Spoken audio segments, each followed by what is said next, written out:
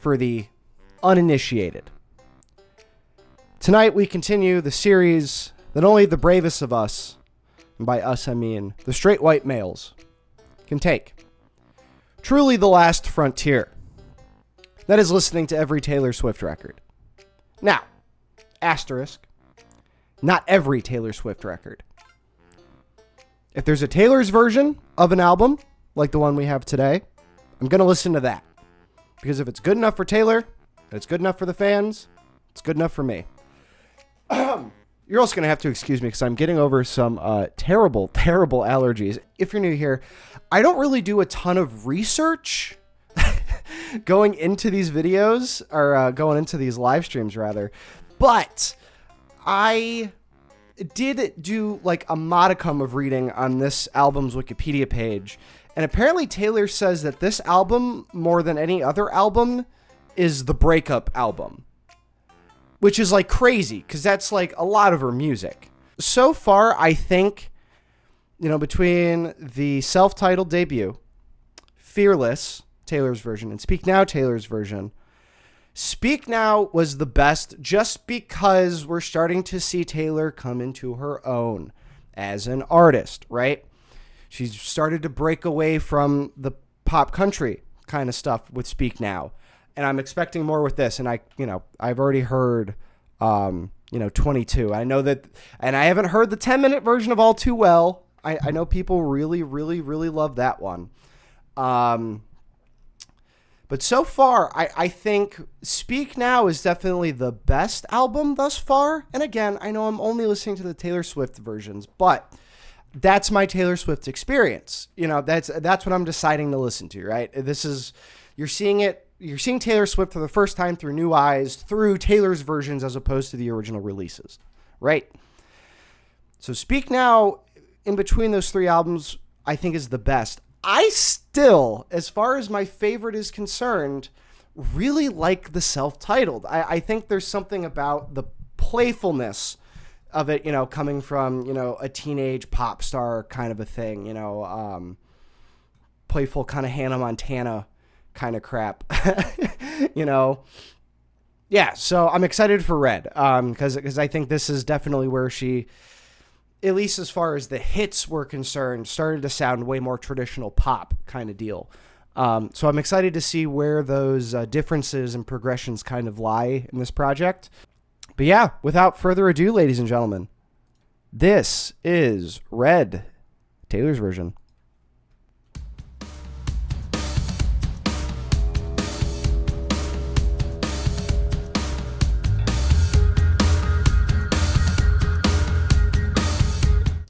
Already, it's different. Already.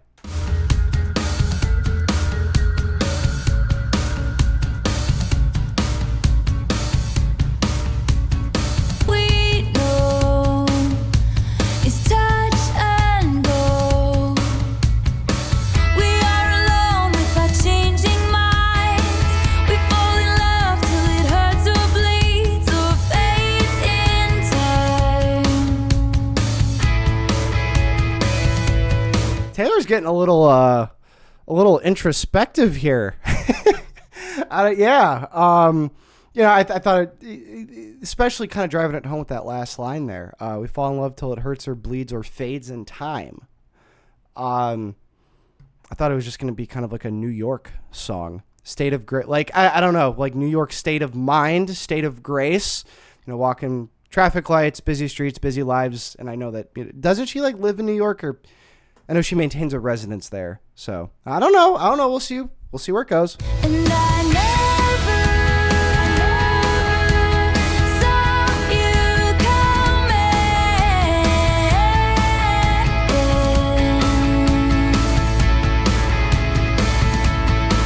And I'll never be the same.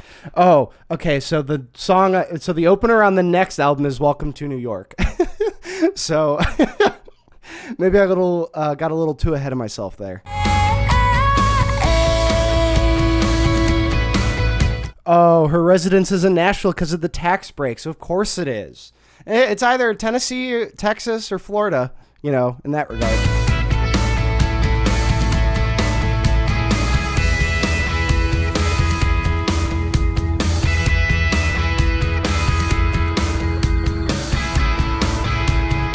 Yeah, structurally so far, this is not not an opener I would have expected from her. Just because at least so far, even for how much she, had seemingly progressed in Speak Now, structurally this is a little different here. It's really taken its time to get going.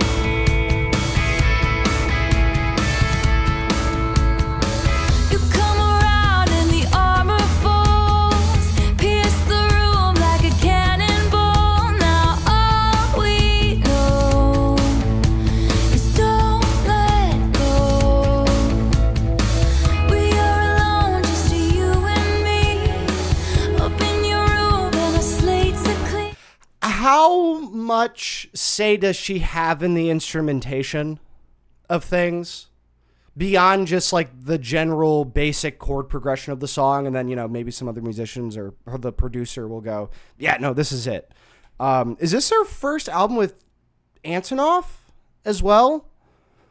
I assume a lot. But not that much during Red. All right. Not yet. Okay. Like general creative control, but as far as like the little, like, just because maybe it's because I was listening to Radiohead yesterday, but they had so many just layers and the production was just crazy. And just, we're not even halfway through the song already. I think the production's already at a deeper level.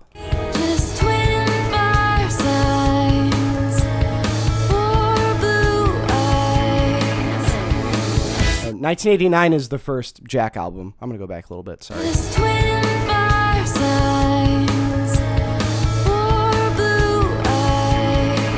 Twin Firesides.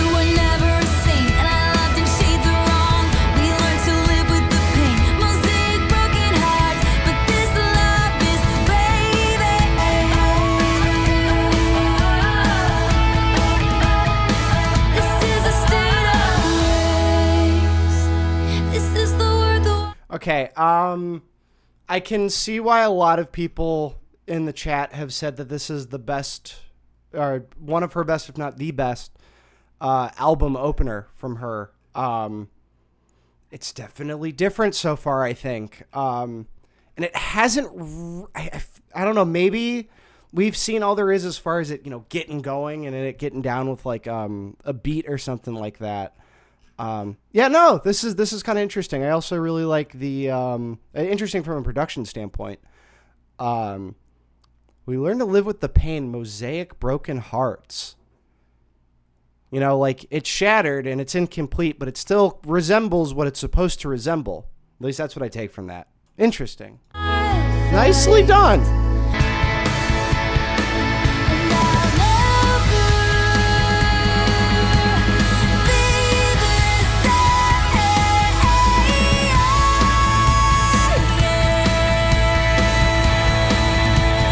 She's not just making me bop my head to a 4/4 beat here. I'm like all...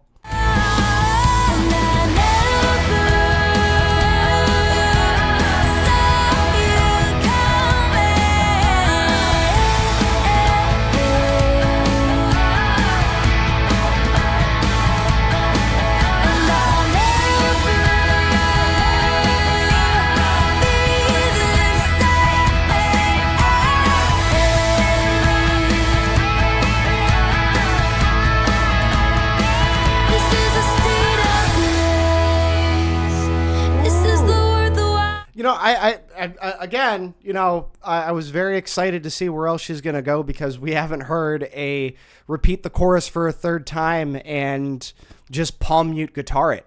Like from a structural standpoint, production standpoint, this is, I like where this is going so far. I do like where this is going so far. So far, what I've heard, it's not like my thing, right?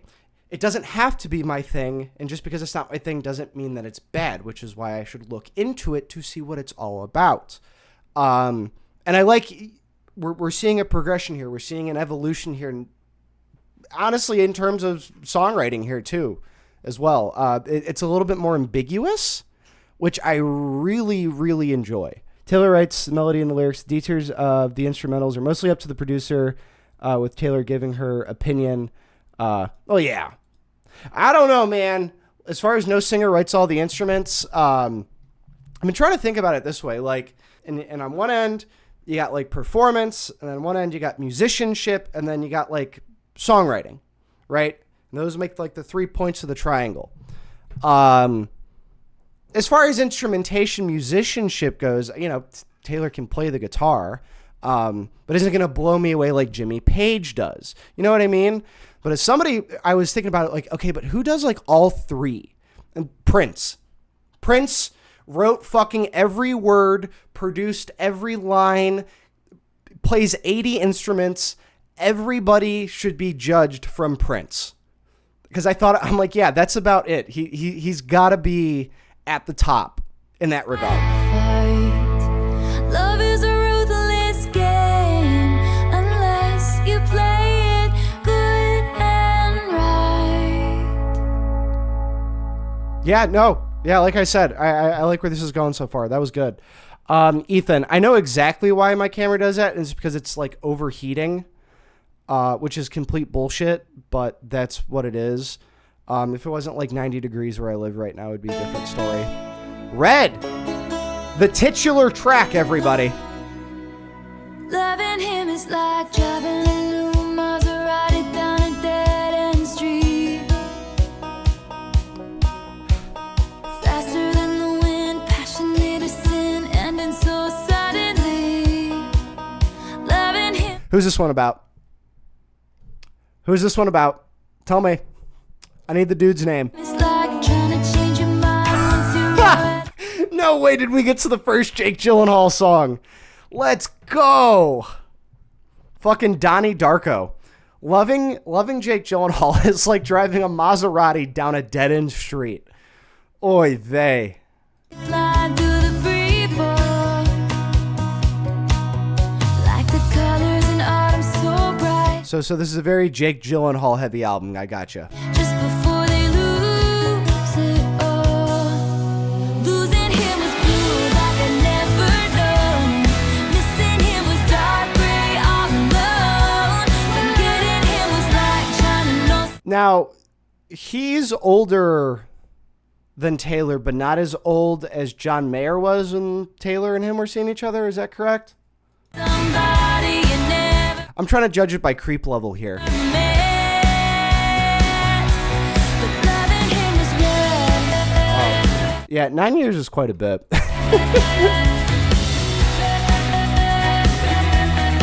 Wait, was the first song about him? Because does that mean that they're both fire signs? They both got blue eyes? Because that makes more sense now. Loving him was red. Why even like read like People magazine or like read tabloids? Just listen to Taylor Swift. She's got all the fucking tea.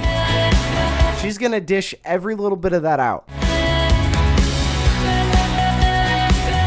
Touching him was like realizing all you ever wanted was right there in front of you. Memorizing him was as easy as knowing all the words to your old favorite song. Fighting with him was like trying to solve a crossword and realizing there's no right answer. Regretting him was like wishing you never found out that love could be that strong. Losing him. I mean, you know, to some degree, like poor Taylor, man. She's got such a big heart. She just wants to love on a dude without her, you know, hurting her. Ah. Like I'd never known. Missing him was dark gray all alone. Forgetting him was like trying to know somebody you never met. But loving him was red. Oh, red. Burning red.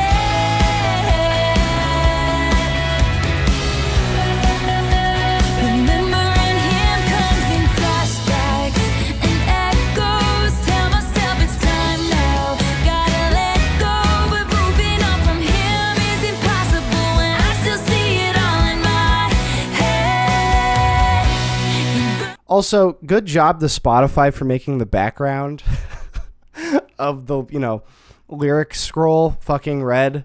Hopefully it stays the same the whole album. I feel like it should, but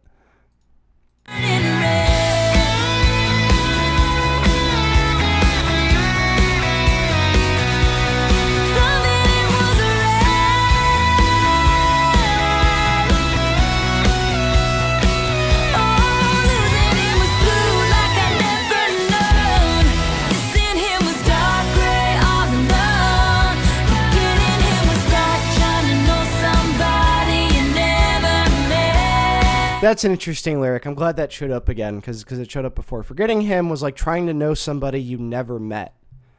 It's an impossibility, but it's keeping it. It's not, it's not like such an odd simile. Like, where was one that I thought was kind of weird?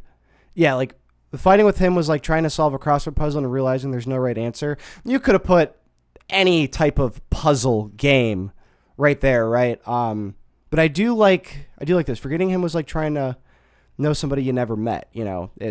I feel like it's the exact opposite of forgetting somebody. Yeah, not bad. I like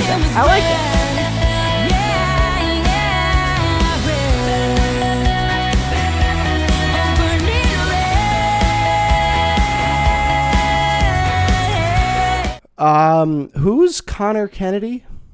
I don't know everything. You guys gotta let me know who that is.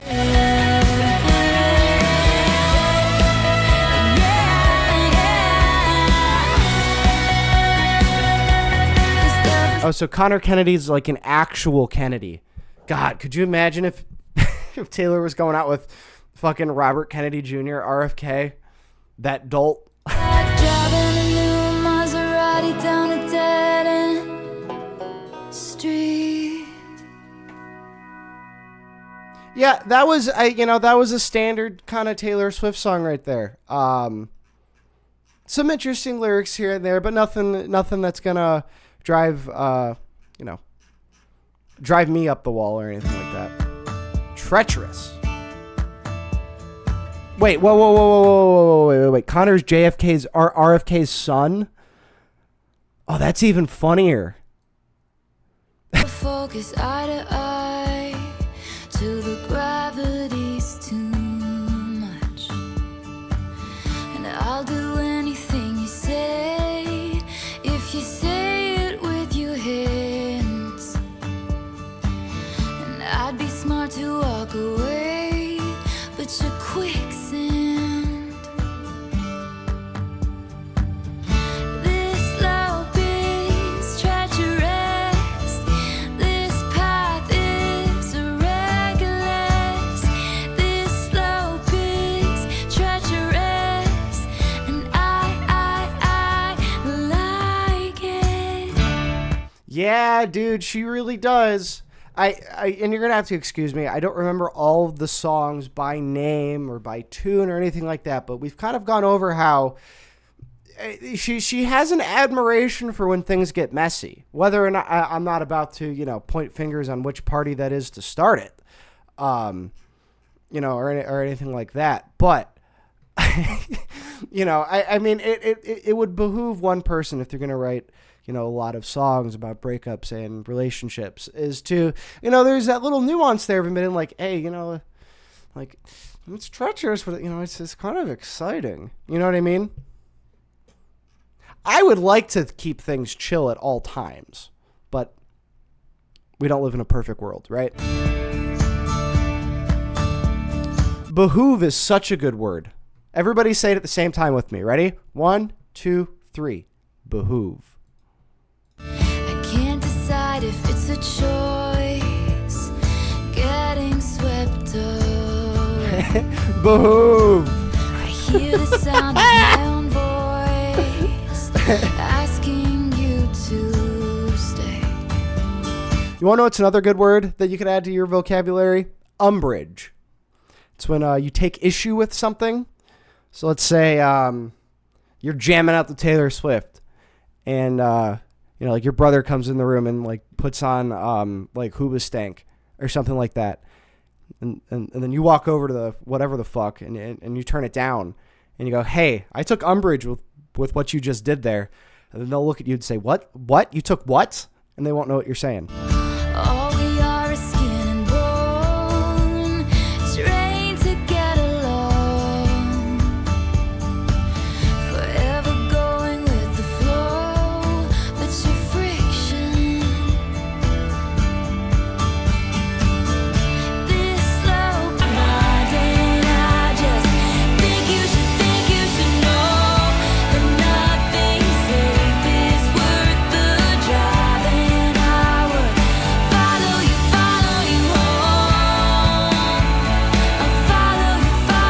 what does that remind me of? So, that's ELO. Let me cook real quick.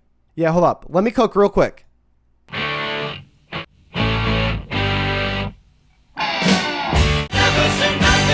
Yeah. Just listen to how he says it.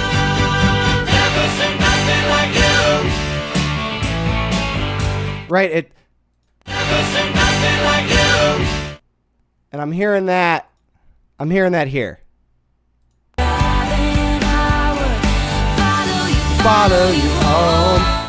Follow you home. Never say nothing like you. Similar, not the same, but similar.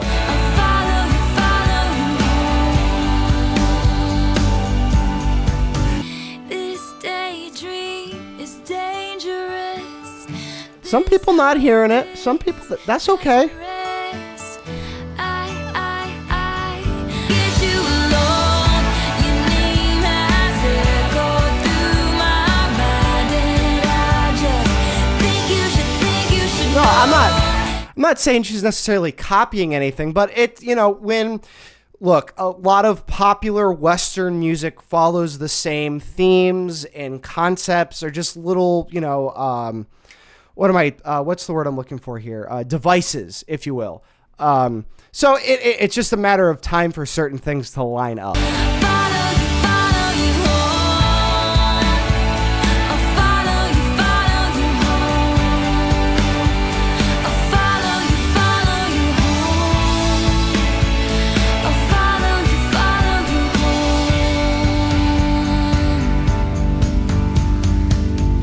This slope is treacherous. I like it. Yeah, no, that one was pretty good. Maybe some of the heavy lifting was the dots that I connected for myself there for the ELO song. Yeah, I think somebody had said earlier that they really liked the bridge to that one, so I was kind of expecting like a hard change there. It wasn't that hard, but yeah, no, that was pretty good. Ooh, are we getting rock? I don't know. I get excited. I get kind of excited when Taylor Swift's about to go a little bit more rocky. Once upon a time, a few mistakes ago, I was in your sights. You got me alone. You found me. You found me. You found me. I guess you didn't care, and I guess I like that. And Oh then wait, I felt I know this song. hard. You took a step back without me. Without me. Without me. And he's long gone when he's next to me. And I realize the blame is on me. 'Cause I knew you were trouble when you walked in. I'm sorry, I'm laughing. I can't. It's the goat meme. Yeah, exactly. It's the fucking goat meme.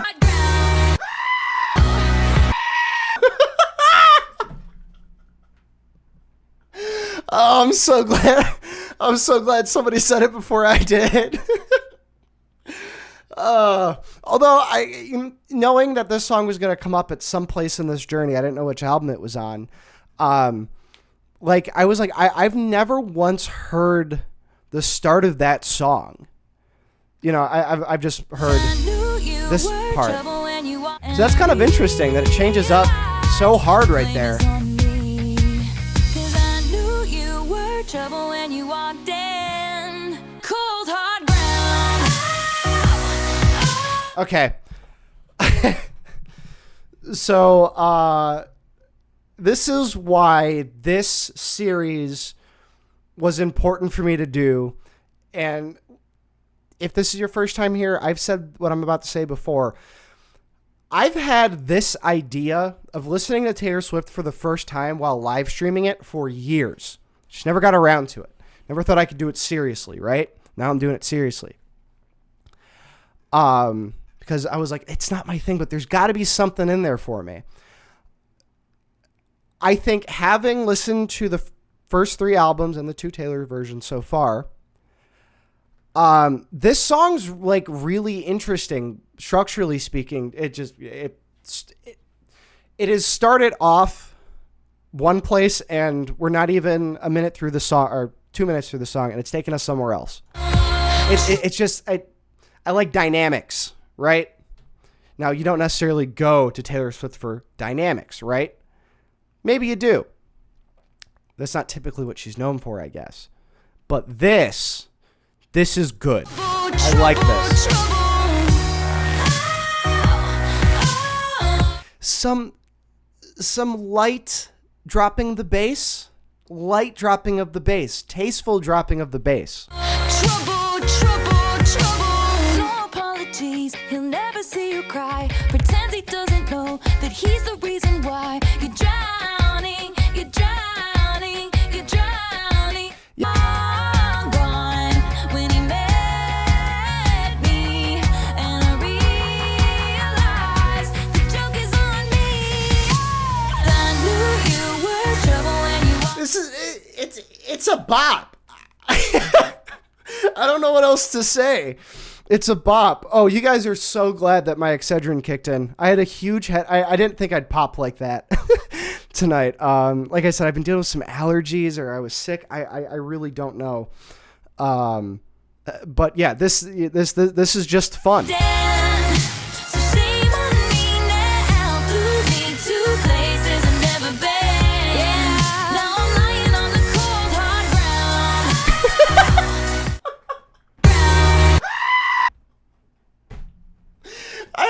I thought about the goat. I didn't think it'd be this hard to get through this song. Trouble,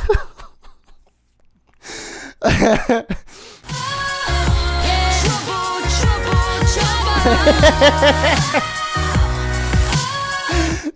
that goat emoji with the glasses is just too good. Trouble, trouble, trouble. The saddest fear comes creeping in. Oh my god. That you never loved me, or her, or anyone. Deep down, I knew you were trouble when you walked in. Knew right then, shame on me now. Flew me to places I've never been. I mean, okay, so even with the rockier stuff on Speak Now, you're like, oh yeah, this is the same girl that we've been listening to. Who the fuck is this? Walked in. Trouble, trouble, trouble. Oh, the little distortion on the voice there. Yeah, I like. Upon a time, I feel I was in your sights. You found Just- me, you found. Where it began and then where it ended up, and like I said, how different it is from everything so far.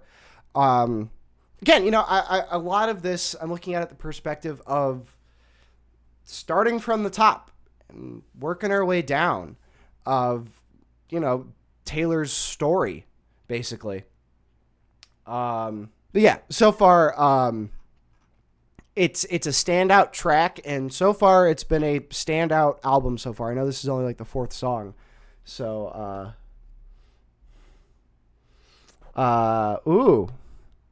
Boris Wynn says, if you don't like track 5, our relationship might end today.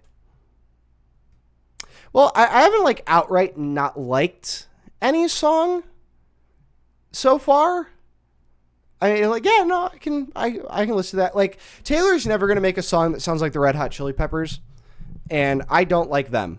You know, I think if you just ask me, like, what's a band you don't like? That's usually what I say. I just think they're just not that great. So, all right. Oh, that's right. Yeah, she's got a thing with track 5s, right? Yes, yeah, because Cold As You. Cold As You is a track 5, as I recall, correct? All right. Oh, All Too Well. This is like, yeah, dude, this is like the song. I've heard a lot of acclaim about this one. And I know that the 10-minute version is supposedly key. I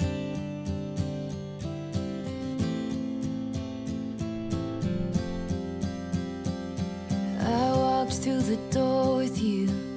The air was cold, but something about it felt like home somehow. And I Left my scarf there at your sister's house, and Is she talking about Maggie Gyllenhaal? you've still got it in your drawer even now. State, autumn leaves falling down like pieces into place, and I just pausing really quick. I am so excited for fall. It is not even funny. And somebody said earlier that this is like the quintessential fall album.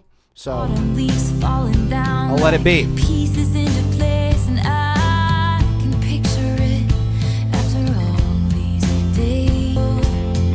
'Cause there we are again on that little town street. Building us up. Almost ran the red 'cause you were looking over at me. Wind in my hair, I was there. I remember it all too well. Photo album on the counter.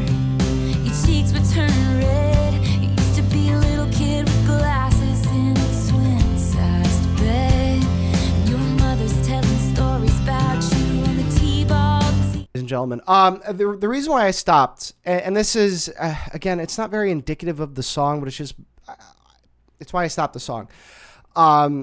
When I was taking a U.S. history course at the community college I was going to at the time, it was a book written by Eric Foner, and apparently Eric Foner is the stepdad to the Gyllenhaals. So Taylor Swift's talking about Jake Gyllenhaal's mom, and I'm like, oh, Eric Foner's wife, the author of the American History book I read when I was in college. So yeah, that's just me. Does that mean anything for the song so far? No.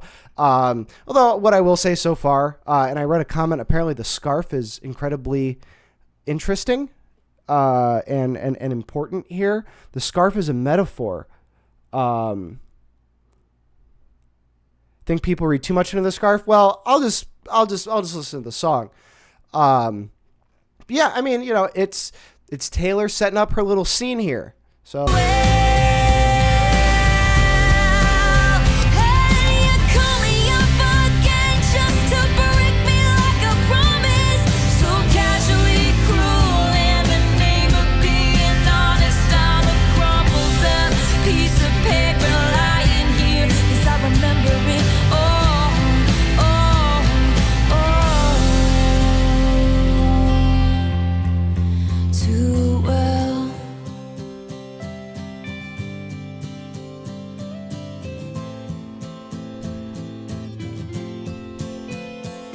okay, so I was expecting it to like crescendo there, but then she brought me back down, and I'm like, okay, where the fuck are we going here?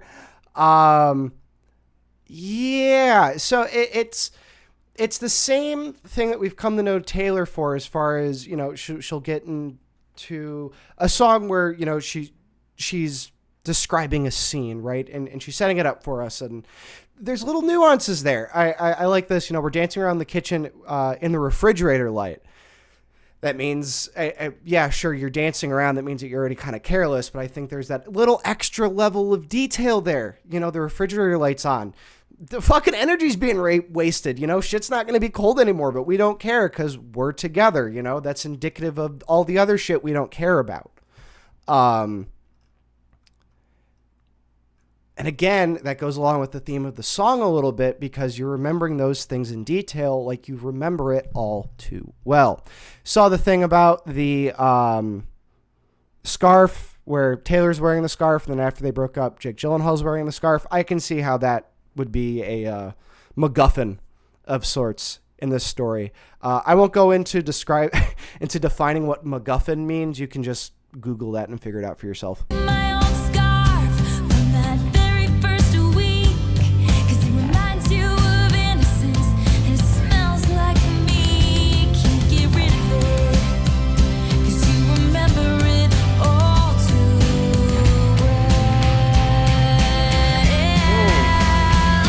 'Cause there we are again when I loved you so. Back before you lost the one real thing you've ever known. It was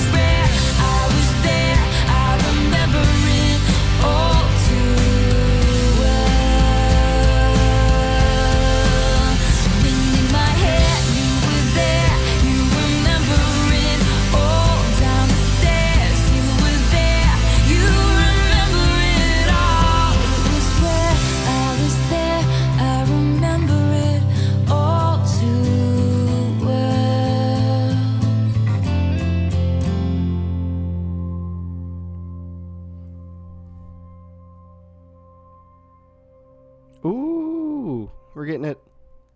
Yeah, okay. So, sorry that I didn't really talk a lot during that. I did kind of want to take this in just because, I'd kind of heard the buzz about it beforehand. No, this isn't the 10-minute version, but I'm now very interested in how that gets. And nobody tell me. Nobody spoil it for me. I won't look at the chat. But now I'm kind of wondering, like, okay, is it going to get longer because of the lyrics, or are they just going to kind of take their time with the instrumentation between each section? I don't know. Or does it just completely change the feel of the whole song? As it stands, I can see why this is already just a celebrated Taylor Swift song. Because it's a track 5, but as far as, the last track 5 that I really liked, Cold As You, from that first record, I think this one stacks up right next to it. I'd even say that this one's a little bit better. All right. Oh, Feeling 22. God. I'm just saying, because that was like, for years, it was when people turned 22, you take a selfie of this, or take a selfie and you post this song with your little selfie on your 22nd birthday. 22nd birthday was cool because you got this song to play on your birthday. Personally, for me, it was all about that 7th birthday. For me, I got a whole bunch of football gear. It was sick. I loved that. All right. It was my Instagram caption. It was everybody's Instagram caption, bro. Don't feel bad about it. Bro, chick, lass, fella, folk, dude. 22.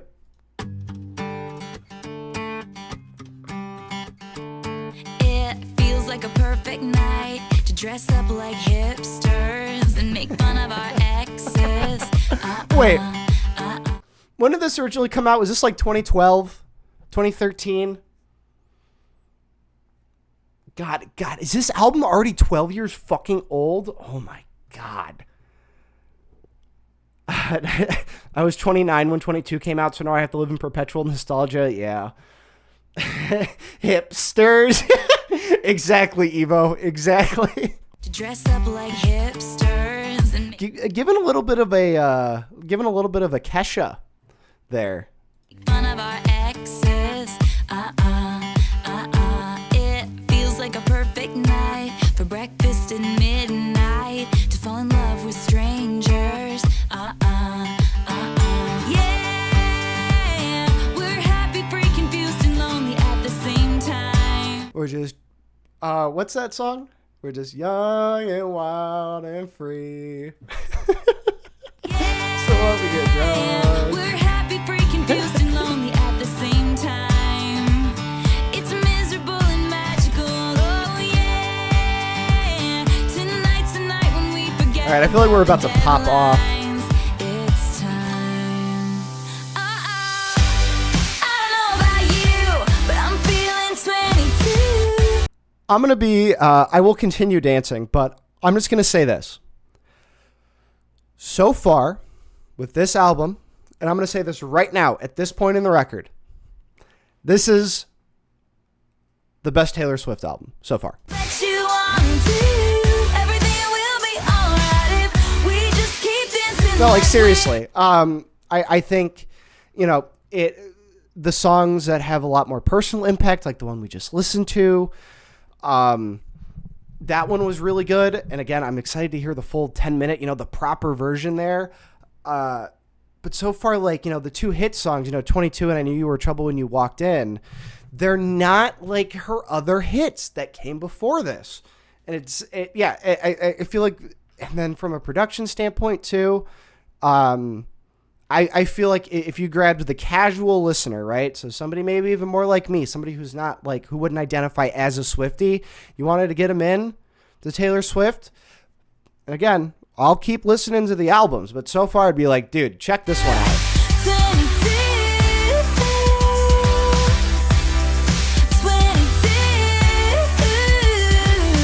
It seems like one of those nights. This place too crowded. Too many cool kids. It seems like one of those nights. We ditched the. Is she bummed out that people might not know her?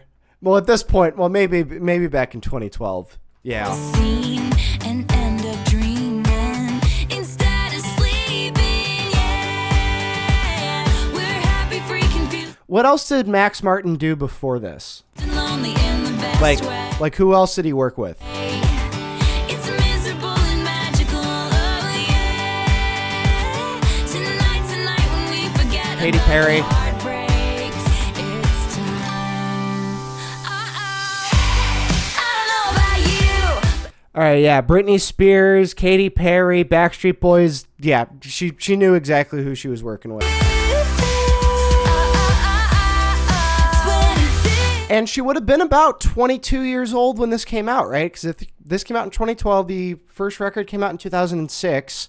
She was 16 in 2006, 6 years. She's 22. That's how math works, right? Feels like one of those nights we ditched the whole scene. It feels like Yeah, I mean, you know, and as far as the song goes, it's a pop song you can sing with your girlies. That's what this is. those nights we won't be sleep. It doesn't have to be anything more than that.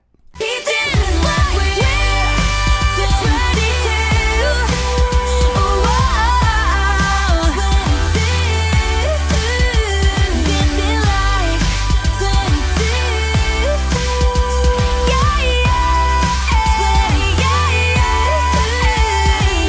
Yeah. Wait, are Taylor and I both Sagittarius? Birthdays in December? Oh no! What the fuck? Sorry, folks. We just keep dancing like we did to 22.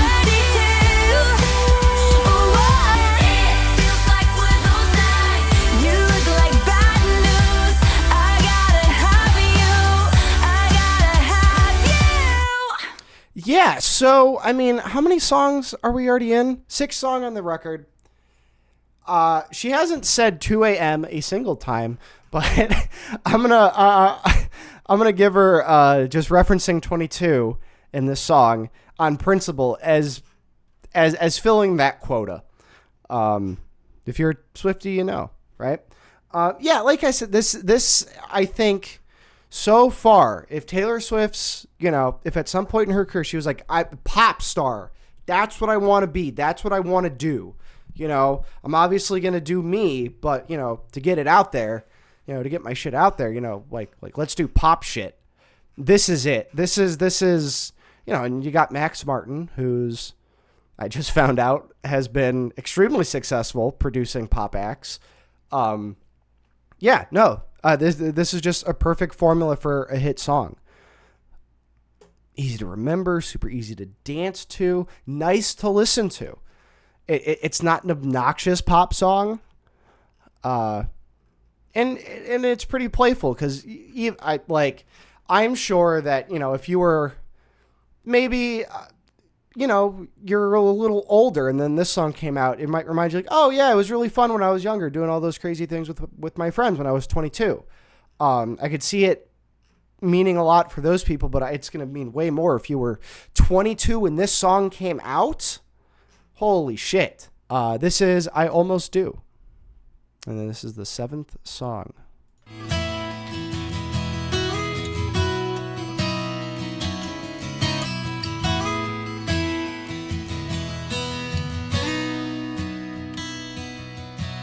I bet this time of night. Okay, so I got something to say here.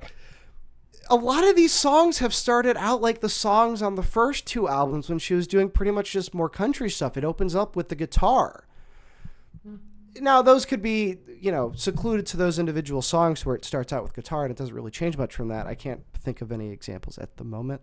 I'm doing this all at the fucking, you know, edge of my seat here. But for how much she's progressing, it's still Taylor Swift. It's still her at the core. I bet you're tired from a long, hard week. This is still definitely, this is still considered a country album. I don't know about that. This is way more eclectic. I bet you're sitting in your chair by the window, looking out at the city and now. Like, the band Wilco is, you know, a folk Americana, folk rock band, but their album Yankee Hotel Foxtrot isn't. I wouldn't call it a folk rock album. It's like it's its own thing. That's just like one example. I don't know. Anyway. Sometimes you wonder about me. Almost do.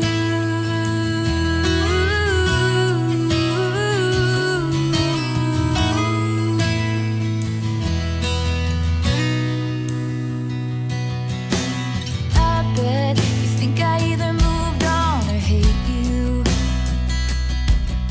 'Cause each time you reach out, there's no reply. Cindy says, least favorite song on the album next to We Are Never Getting Back Together.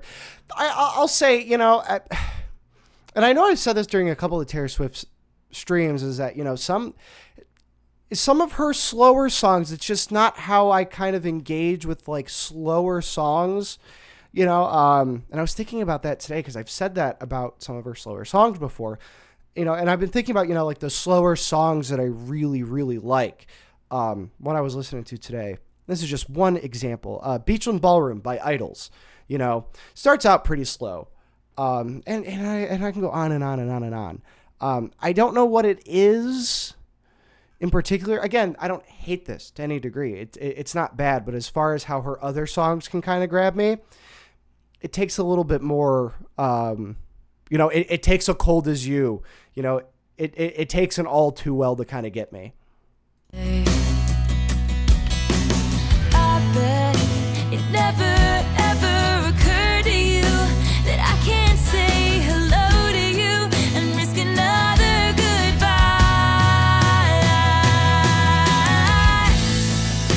And I just want to tell you everything in me not to call you. And I wish I could run to you, and I hope you know that every time I don't, I almost do, I almost do.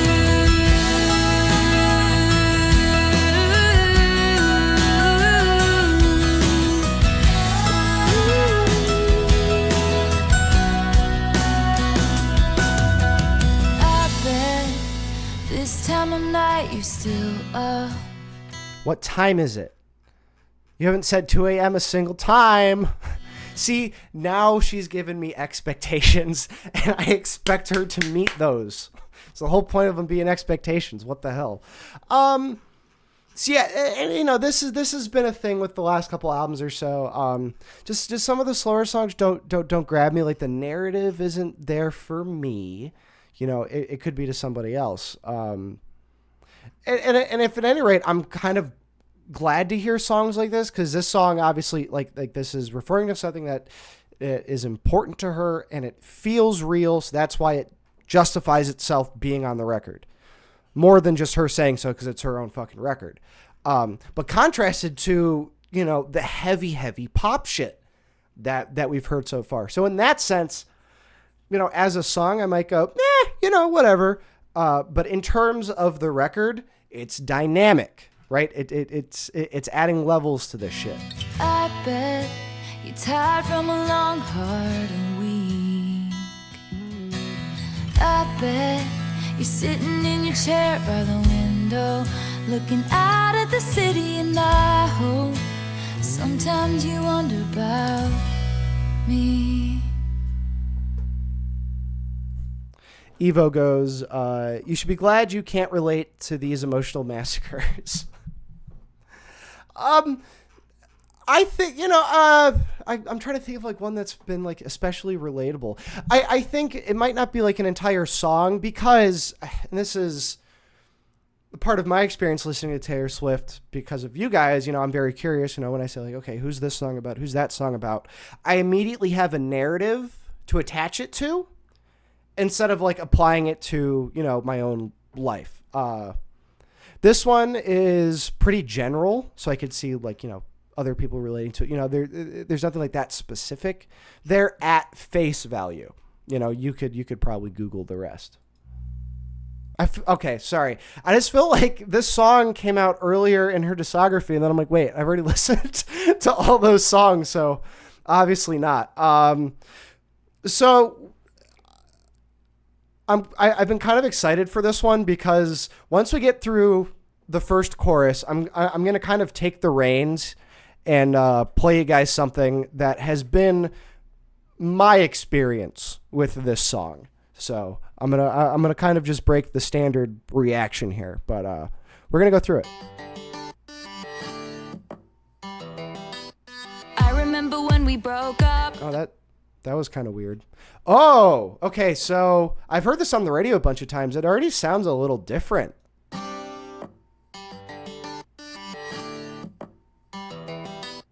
I remember when we broke up the first time, saying this is it, I've had enough. Cause like we hadn't seen each other in a month. When you said you needed space. What? Then you come around. You know what? It does sound so different. Yeah. And say, baby, I miss you and I swear I'm gonna change. Trust me, remember how that lasted for a day? I say, I hate you, we break up, you call me, I love you. We called it off again last night, but this time, I'm telling you, we are never, ever, ever getting back together. We are never, ever. You guys don't like the "we" there? Getting back together. You go talk to your friends, talk to my friends, talk to me. But we are never, ever, ever getting back together. Okay. Like, So we're all aware of that, correct? Now, you've probably heard me in a couple times in this stream because I'm an annoying person. You've heard me say Tool before, right? Now, you could be asking yourself, who the hell is Tool? Let me get this back down to a more sizable thing. If you don't know Tool, I am very happy if this is your introduction to Tool, because this made my day. Now, Tool's been a band since like the early 90s, but I only got into them in 2019 because they weren't on Spotify for the longest time. And then they got put on Spotify and I was like, who the fuck are these guys? I think you guys might enjoy this. If you think that version's bad, just ladies and gentlemen, it works too well. I remember when we broke up the first time, saying this is it, I've had enough. Cause like we hadn't seen each other in a month. When you said you needed space. What? Then you come around again and say, baby, I miss you and I swear I'm gonna change. Trust me, remember how that lasted for a day? I say, I hate you, we break up, you call me, I love you. We called it off again last night, but this time, I'm telling you, we are never, ever, ever. We are never, ever, ever. We are never, ever, ever. We are never, ever, ever. Getting back together. Yeah, so good. I won't bore you guys with the rest of that, but yeah, it works. It works really, really, really well. So thank you guys for indulging me with that. That was actually one of the things I was most excited about for doing this series. I was like, I know for a fact people haven't seen this. Some indie record that's much cooler than mine. You called me up again tonight, but All right, hold on. Is that a direct reference to somebody there with some indie record that's much cooler than mine? this time, I'm telling you, we are never, ever, ever. Okay, Jake. getting back Okay, together. yeah. We are never, ever, ever getting back together. You go talk to your friends, talk to my friends, talk to me. Talk to me. We are never, ever, ever, ever getting back together. Ooh. Does she got beef with Mumford and Sons? Or that Jake Gyllenhaal's a snob? He hated pop music, so she said she made this extra pop for him. Oh, okay, he's snobby. Okay, yeah. Well, hey, as somebody who goes to rock clubs to see music, I often look the other way at pop music. I mean, yeah, just just traditionally, but it is really annoying when you brown nose yourself about it, and you're like, yeah, I'm not gonna listen to that fucking shit because people have heard it and people like it. And now, granted, that's how I've thought for much of my adolescence, but here I am in the darker side of my 20s, and I'm starting to go like, hey, you know what? It really doesn't fucking matter. Most people just want to get home from work and just relax. So if they listen to pop music, it's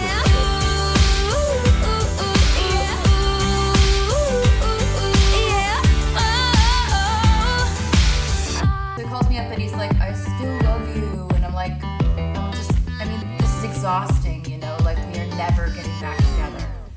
Like ever. No! We are never, ever, ever getting back together. Are never, ever, ever. I feel, and this is coming from somebody with a very surface level knowledge of pop music. I feel like this walked so Thank You Next could run. Talk to my friends, talk to me, talk to me. Are never, ever, ever, ever getting back together. Yeah, the Tool version's better. No, again, it's another Taylor Swift song with some decent lore. It's about Jake Gyllenhaal. It's about it being extra poppy because he's a snob. Would rather listen to Mumford & Sons. I love Mumford & Sons. Those first two Mumford & Sons, really the first album. The first Mumford & Sons album's kick-ass. Second one's pretty good, and then I didn't even bother with the rest of it. I was like, okay, this is kind of bogus now. And they ended up going pop, too. Or just poppier, Carly Simon, You're So Vain. Yes. I don't know what context you're saying that in right now, but yes. Target commercials time, baby. Okay. Oh, wait. Are you referring to this song being a Target commercial? Because just in that 1 second, I was like, this already has like corporate appeal. I think. Get ready for the worst song in her discography. Whoa. No, stay slander. Wow, people got a lot to say about this one. When Emma Falls in Love exists, Emma Falls in Love wasn't that bad. Trying to think of like some of the songs where I was like, yeah, no, this is just not hitting it for me. Whatever the Olympics song was like really corny, and then there's another, I forget what song it was towards the end of Speak Now, where I was like, yeah, this is just Hallmark core. But like, and I say like, so legitimate arguments against pop music could be, right? Hey, when I'm listening to music, I need something that'll attack my brain a little bit more, something more sonically interesting, right? That's a valid argument, because you can just boil that down to not my thing. But as far as like people making music for a market that they know will like it, and I'm like, that's, it could be taking the art out of the music, but on the business end of it, in a generation where hardly anybody's making any money off of music, I don't know why you should hate that. I don't hate on Target commercials, believe me. Shit.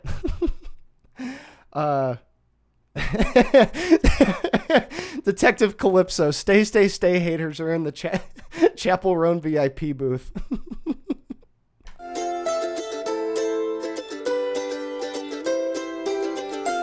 Dog food now $10.99 at Target. No, this is like a Toyotathon spring savings event. Get the new 2024 Camry with $0 down. We almost broke. You should never leave a fight unresolved. That's when you came in wearing a football helmet and said, okay,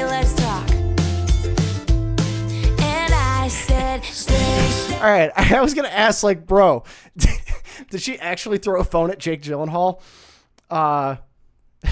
We're gonna make a Jerry B's channel trailer using this instrumental. The song is fictional, by the way. Okay, I was gonna say, because so far I really like this.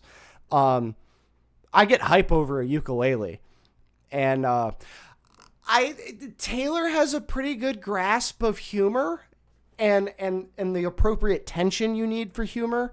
Speak Now, I think, being a phenomenal example of this. So yeah, so far I don't hate this at all. I've been loving you for quite some time. You think that it's funny when I'm It's like, okay, I'm gonna break away just real quick, because if we're talking like, you know, Target commercial crap, like, so is this. Holiday, oh holiday, and the best one of the year. And Vampire Weekend is fucking kick ass. You know, like, good on them. They got to get their shit out there, you know, sell it to Target, sell it to Honda, you know, whatever the hell. I don't care. So yeah, it just happened. Like, and a more contemporary example. Who are my boys? Oh, now at face value, you know, maybe you guys will turn a blind eye at this, but if you haven't heard of the Viagra Boys, they're from Norway. Don't worry, they sing in English. But they are so good, and they have a song called Sports that I was a really big fan of, and they're kind of an indie group. You know, they're a little bit more underground, and you know, like Dick's Sporting Goods and Nike started using their songs, and I got so excited because I was like, here's, you know, this big brand with a bunch of exposure using this group that makes kick-ass music. So, you know, I hope that people are going to Google Dick's Sporting Goods, you know, new commercial song, and then they put it on their fucking playlist or something, and then that's how those guys get big, you know? You're like, oh, I liked them before they were cool. Sorry. Tangent. and it said, okay, let's talk. Tangent. And I said, stay, stay, stay. Before you, I'd only date I'm bopping to this. This is fun. takers who took all of their problems out on me. Stay, stay, stay.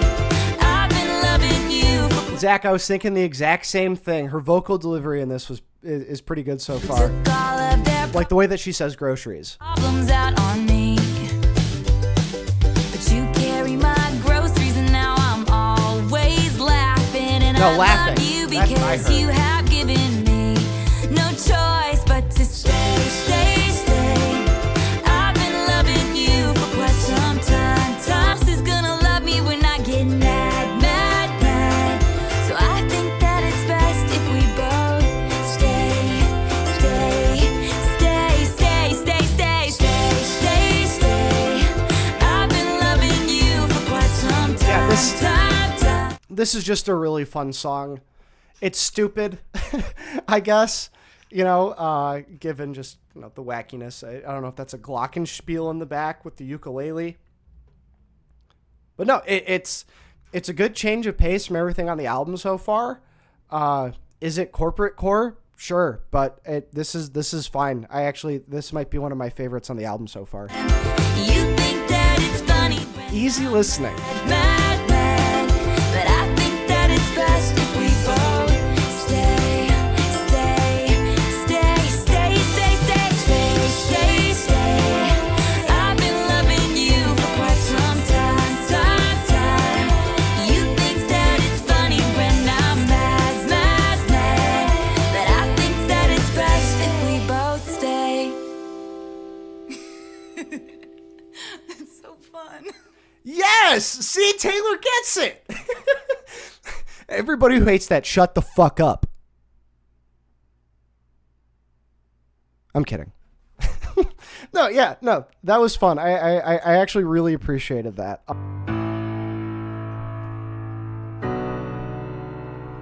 Is his last name really Lightbody?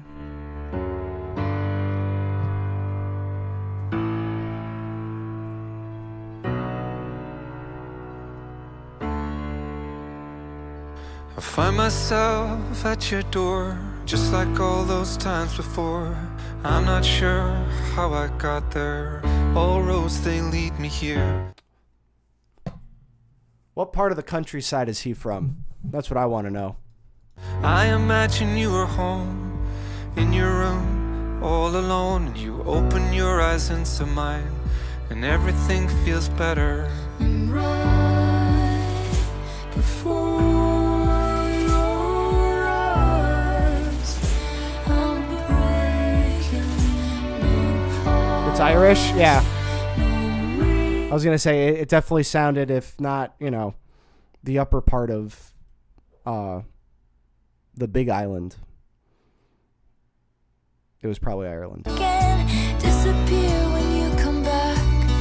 Everything is better and right before your eyes.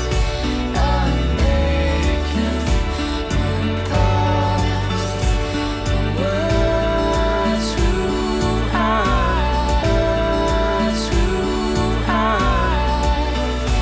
just you and me. Figured I'd pause for a little bit of analysis and reaction because that's what we're kind of all here for. As far as this song goes, to my ears, to my liking, Mr. Lightbody's doing a lot of the heavy lifting for the appeal for me just on a first listen. You know, his voice is really good. I think sometimes, you know, as an American, right? Sometimes you hear somebody from the UK singing and you can't quite pick up on their accent, but I do love when I can hear the fucking accent. Dolores O'Riordan from the Cranberries is a phenomenal example of that, to where, you know, we can kind of hear her accent a little bit more, as opposed to like, I feel like Oasis, because they're back in the news. You know, you can't really hear that much of an accent in their singing voice, and the list goes on and on and on. Which, so far that's what I'm kind of digging with this one. Last time I'm asking you why you break my heart in the blink of an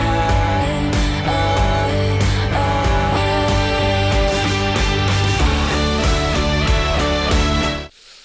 Yes! The return of the Taylor Swift barely fucking modded rock guitars. Splitting up the verses. Oh, where have you been, old friend? I've missed you. This is the last time you tell me I've got it wrong. This is the last time I say it's been you all along. Yeah, I do like the feature on this song quite a bit. Put my name at the top of your list. This is the last time I'm asking you why you break my heart. This is Again, maybe one criticism of the song would be it's a little long in the tooth. You know, it's just kind of, it seems like it's just gonna repeat itself here. Not the most exciting thing in the world, but I think it's also driving home this two-part narrative that we have going on with, Gary's voice and, Taylor's voice, and each of their perspectives given the, narrative of the song, which is, just another, boy, you're playing with my emotions, girl, you're playing with my emotions kind of a thing. But in an interesting way. Who else was a guy? Was it on? Was there any dudes featured on Speak Now? Fall Out Boy, that's what it was. Oh, that's right. Yes. And also when I put up the unabridged reaction to Speak Now up on the Patreon, get ready for that. I forgot to hit record, and that was like the second part of that stream. So that reaction is unfortunately lost to time. But I ask because I was trying to divvy up between which one was better. I think I like that one better. It was a little bit more rocky. It spoke to me a little bit more. I guess a lot of the time, you know, if you're really trying to eat up like, you know, relationship trauma kind of stuff, you've come to the right place if it's Taylor Swift, but the vast quantity of those kinds of songs, it's kind of like, well, which way do you want it? And this one offers a decent perspective here because you have the two. Asking you last time, I'm asking you this. This is the last time I'm asking you last time I'm asking you last time I'm asking you this. Yeah, that was perfectly fine. Not Mr. Perfectly Fine, as we all know. I was reminiscing just the other day while having coffee all alone, and Lord, it took me away back to a first glance feeling on New York time. Back when you fit in my poems like a perfect rhyme. Took off faster than a green light go. Got the little distorted bass going there in the back. And right there where we stood was holy ground. I like this one so far. Up-tempo kick drum, which is probably a drum machine, but I don't care at all. Brought us down a little bit. It's bringing us back up. We'll probably... Am I going to get my Taylor Swift palm-muted chorus in this? I know I was bitching about it the past 3 albums, but just like the... like... you know, filler guitar that she plays in between, not she plays it, but they put in between some of the verses. I was like, oh, wait, no, I'm so glad that that's back. So I'm hoping for that.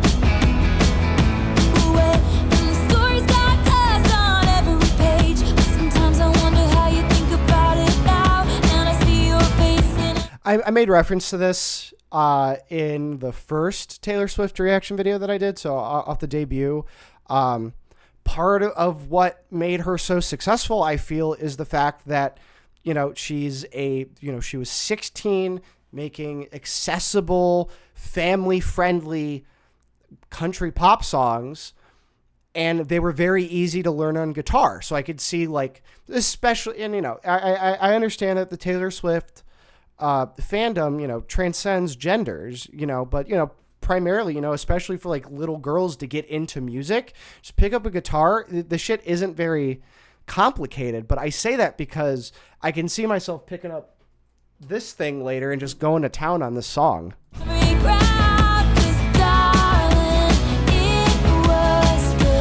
Somebody needs to do a punk album of Taylor Swift covers. That's what they need to do.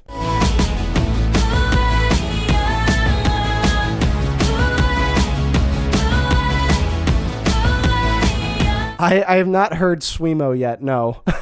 Although Swemo makes a lot... Swemo! That's really good. Oh, wait, what did somebody tell me?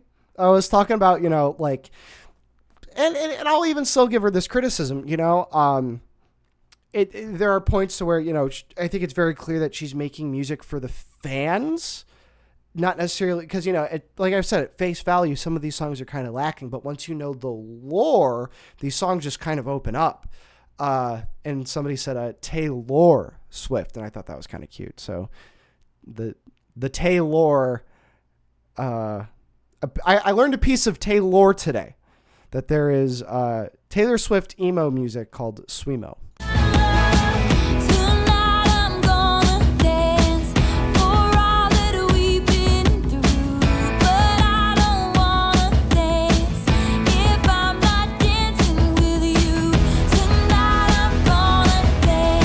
Those synths in the background are fucking killing it. Like you were in this room.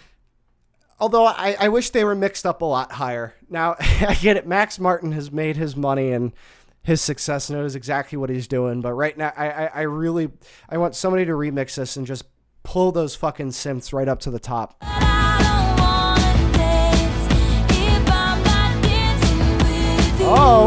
Oh, okay. Not Max Martin. Devotion to Accuracy. This is Jeff Basker. So Devotion to Accuracy. Let's get some shit right, you know? It was cool, but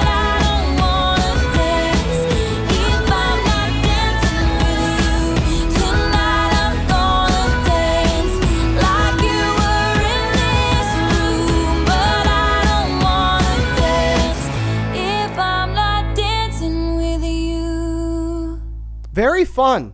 I do, and this might be, every song I listen to, but because I've been reacting to Taylor Swift the most, this is what I'm going to base it on. How she incorporates the song title into the song. There's tons of songs where the title is basically irrelevant, but it doesn't seem like Taylor Swift is one of those. She might have a couple to where, just it's like, it's like a throwaway. Like Midwest emo songs are like that a lot. Like the meme with that is the song could be called Eating Pizza on a Wednesday night at 7:37 p.m. while I'm talking with my friend Steve and he's telling me something funny. And the song's about like, domestic violence or something. That's just kind of how some artists like doing their shit. But that's not with Taylor. So I think it's kind of interesting, a holy ground.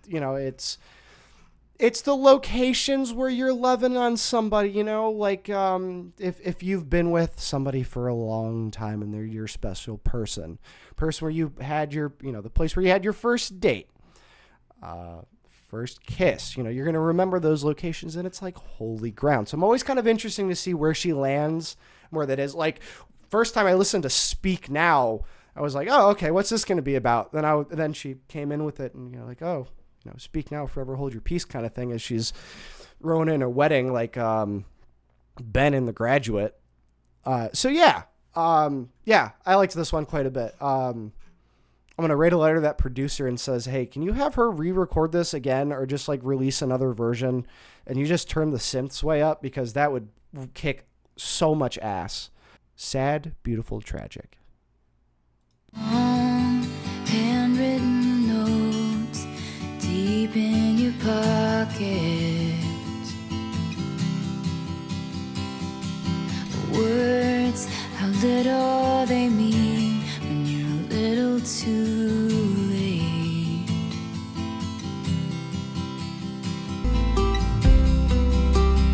What a sad, beautiful, tragic love affair.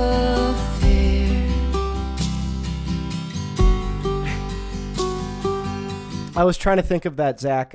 Yes, it does have Maisie Star vibes. Actually, pretty hard Maisie Star vibes too.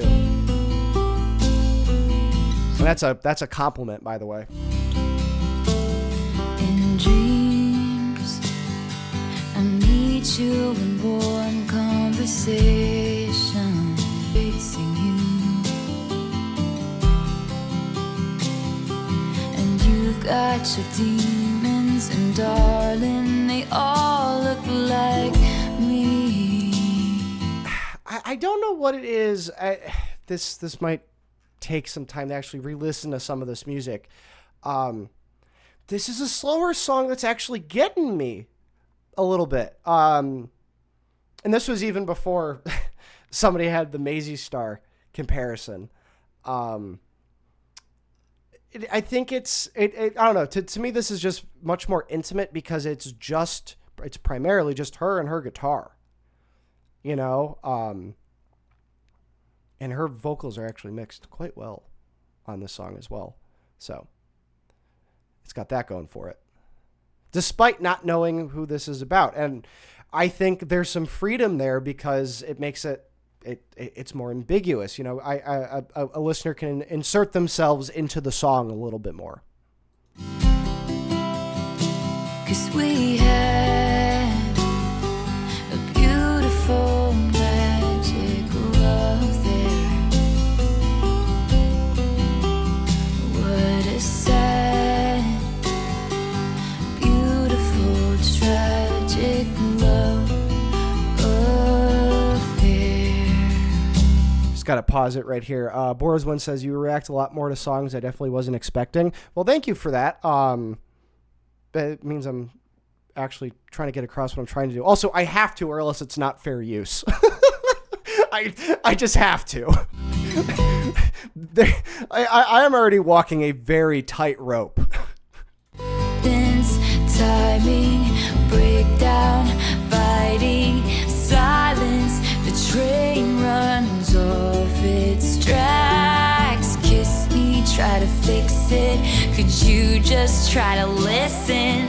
Hang up, give up. Yeah, there's something about this is a very vocal heavy song in a weird way. Like she's not belting it out, but how they've mixed the vocals, and then she's got 2 different vocal tracks going on.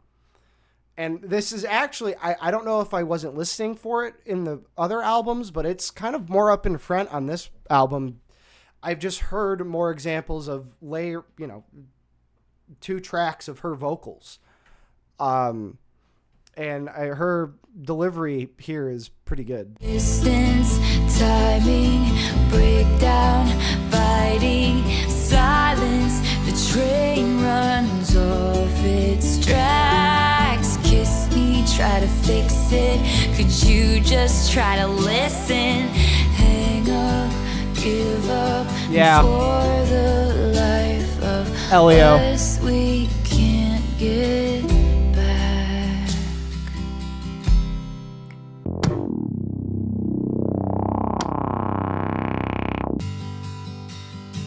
Yeah, where's she gonna take me now? Beautiful magic love. We're just gonna build back up. What a sad, beautiful, tragic, beautiful, Oh, yeah. tragic, Oh, yeah. beautiful. Oh, yeah. What we had. Oh, come on, don't play with me. A beautiful magic. I feel like she's about to scream. What a sad, I got so excited for no reason. tragic love, magic love affair. Yeah, I got really excited there because I thought that it was just gonna build and like really crescendo. Yeah, I liked this one a lot. This one was actually pretty good. Simple and slow, but her vocals were great. The rhythms, especially where's the listen line? Can you just please just listen? Right? Wasn't that this song? Yeah. Kiss me, try to fix it. Could you just try to listen? Yeah, like this whole section, at least right here, was like really good. Yeah, interesting. And I know that's a fake word. I will try to come up for you, the listener, with better adjectives to use. I find myself pensive looking for a better adjective to use. Right? Yeah. Also, and given that, this would be included in like the original release of this song or of this album, so far, this is probably the better back half of an album so far. Just going, yeah, this is the best Taylor Swift album.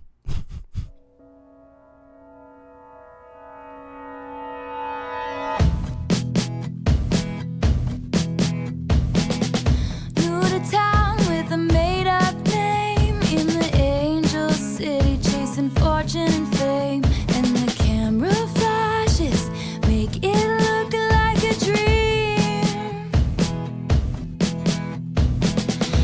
Somebody's like, this is about fame. And yeah, you say Angel City, chasing fortune and fame. Yeah.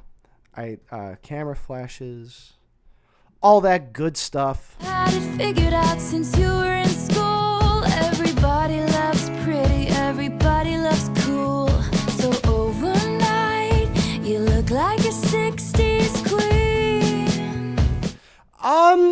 This is the first Taylor song. Wondering if her fame will last. I felt like they were touching upon that on the last record. I forget what song that would be, so excuse my ignorance. But I feel like she had touched upon that a little bit. Long Live, that's it. Another name. Castles Crumble. Yeah, it was either Long Live or Castles Crumbling, one of the two. Goes up in Probably both. lights, like diamonds in the sky. Are they both vault songs? And they'll tell you now you're Oh. the lucky one. Now it's big black cars and Riviera views, and your lover in the foyer doesn't even know you, and your secrets end See, yeah, if this is just another, like song about, oh, is my fame gonna last? What's a good song that kind of touches upon this? Classic rock wise. What's the name of it? I'm thinking about it. Oh, Life's Been Good by Joe Walsh. Check out that song if you haven't. It's a little wacky, I think, but yeah, I mean, touches upon the same thing. It's like how my life has changed since my life has changed. Page. And they tell you that you're lucky, but you're so confused. 'Cause you don't feel pretty, you just feel used. And all the young things line up to take your place. Another name goes up in lights. Well, I mean, and that's another thing, being like famous and being a woman, is that traditionally, for how unfortunate this is, it seems that, women entertainers as opposed to men have a shorter shelf life, right? So that'd probably be a valid case. It was a few years later, I showed up here, and they still tell the legend of how you disappeared, how you took the money and your dignity and got the hell out. I'm like, okay, who's this about? I read this line because, I've read that it's about several women. At least that's what you guys are saying. And they still tell the legend of how you disappeared, how you took the money and your dignity and got the hell out. Yeah, that was Dave Chappelle's first run. Yeah, Comedy Central wanted to just exploit the shit out of him. He's like, screw this. I hate this. You're all fake as hell. I'm moving to Africa. See you later. And then he moved to Ohio, and he's living on a fucking alpaca farm. Let me tell you now, you're the lucky one. Let me tell you now, you're the lucky one. Yeah, they'll tell you now, you're the lucky one. Yeah, Okay, we got a big old comment from Pink Blue, everybody. This is a special occasion. All right. Said, I had a theory that nothing new was left off. Oh, wait, no, this isn't nothing new. I'm going to read it anyway. I had a theory that nothing new was left off in favor of the lucky one. Oh, okay. So I should just shut the fuck up and just keep reading. I'm sorry. I'm sorry, ladies and gentlemen. I got wacky brain right now. I had a theory that nothing new was left off in favor of the lucky one because nothing new explicitly mentions drinking. And she was saying in interviews that she hadn't drunk a sip of alcohol till turning 21 and that she was 22, 23 when the album came out. But the idea of her saying, I've had too much to drink tonight and I wonder if they'll miss me once they drive me out may have been too much for people to comprehend or accept with her image. Same mentality as keeping castles crumbling at a vault. Yeah, you got to be careful with that, especially, I think with this album, it seemed, because I even remember, the idea of Taylor Swift being a little bit different. It's like, oh, well, she's coming out with, I knew you were trouble when you walked in. It's a much more aggressive song for her, right? But, if you still want to kind of protect that image, who knows if she didn't have a sip of alcohol until she was 21? I can't comment on that. But, I bet you if Justin Bieber never got caught smoking weed, he probably would have said that he had never smoked weed before. I'm just thinking back to around that time, now you're the lucky one. Let me tell you now, you're the lucky one.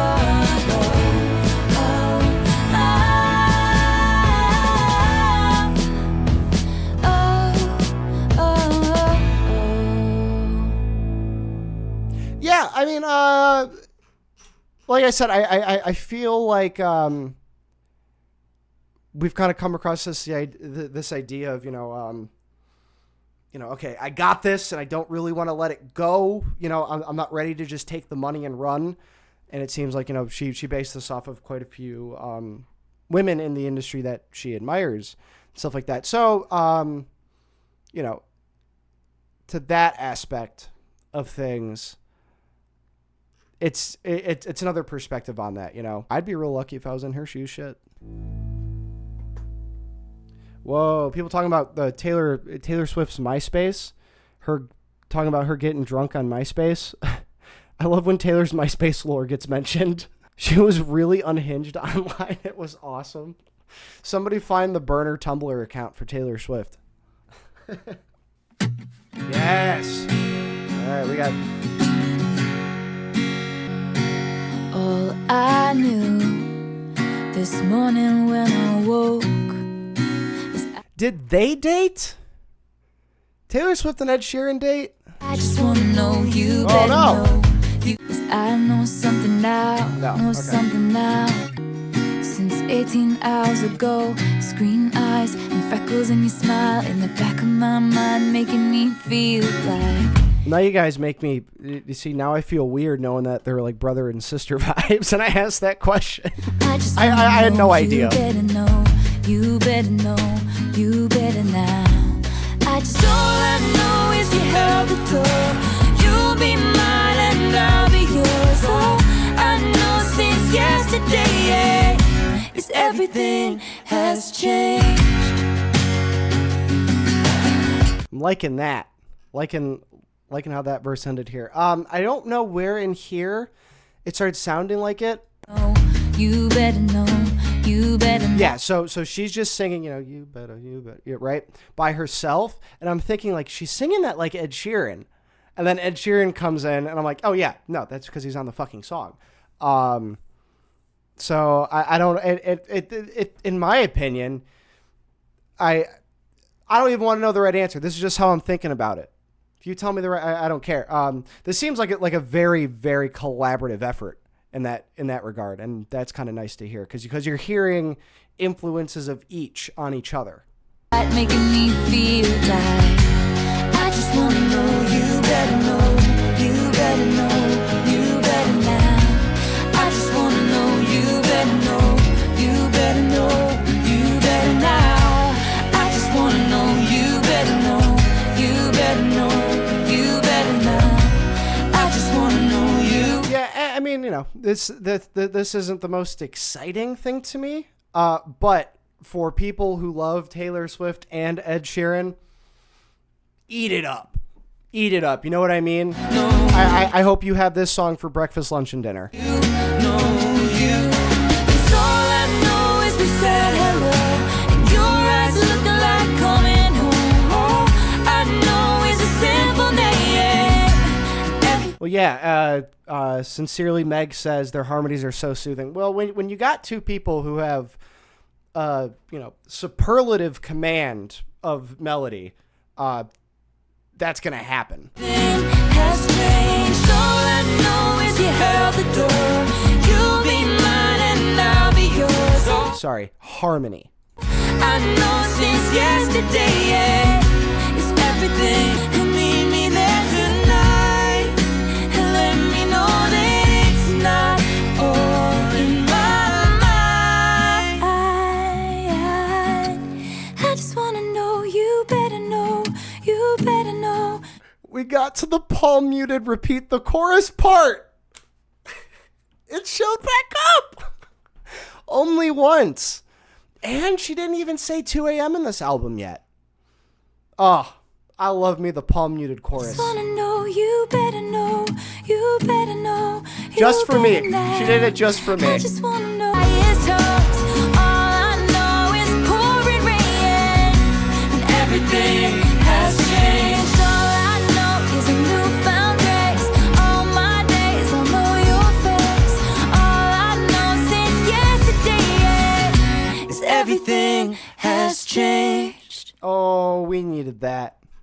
Yeah, dude. I was going to say, that palm muted chorus, the return of the Taylor Swift palm muted chorus, was a nice little addition there, and probably saved the experience for me on that one.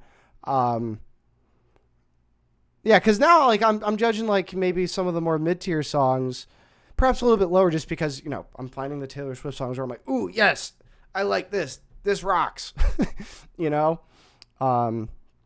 Let's see. Okay, we got two more friends. Starlight. I said, oh my, what a marvelous tune. It was the best night. Never would forget how we moved the whole on. place. I'm just gonna call you Gene. Gene says, Starlight is Kennedy fan fiction. Taylor went through a phase where she was really wanted to be a Kennedy and dated RFK's son, Connor, back in the day. Yeah. So somebody mentioned that before, but I guess this is another Connor Kennedy song. So the last song was a Connor Kennedy song as well. Least favorite on the album. Okay. Well, a lot of people were saying, what did somebody say for Stay, Stay, Stay? That they were like, hey, get ready for the worst Taylor Swift song or something like that. And I was like, oh, wait, no, I actually kind of liked this one quite a bit. Do we got, this is about Connor Kennedy's family. Is he going to talk about how his dad cut off the head of a whale and towed it behind his car for 5 miles? Because apparently he did that. Brainworm head ass. I said, oh my, what a marvelous tune. It was the best night, never would forget how we moved. The whole place was dressed to the nines and we were dancing, like we're made of starlight. Like we're made of starlight.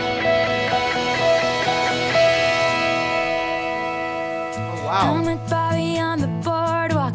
Wait, it actually is a fucking Kennedy fan fiction. 45 picks me. Never would forget how we moved. The whole place was dressed to the nines and we were dancing, like we're made of stars. Sorry, I'm just gonna continue. Is she about cursed Kennedy lore? Is she gonna mention how one of JFK's sisters was more of a free spirit, so they thought that she was insane, so they gave her a lobotomy? They're gonna mention that. I'm sure Connor was a swell kid. I'm sure Connor's a swell guy. Like we're made of starlight, starlight.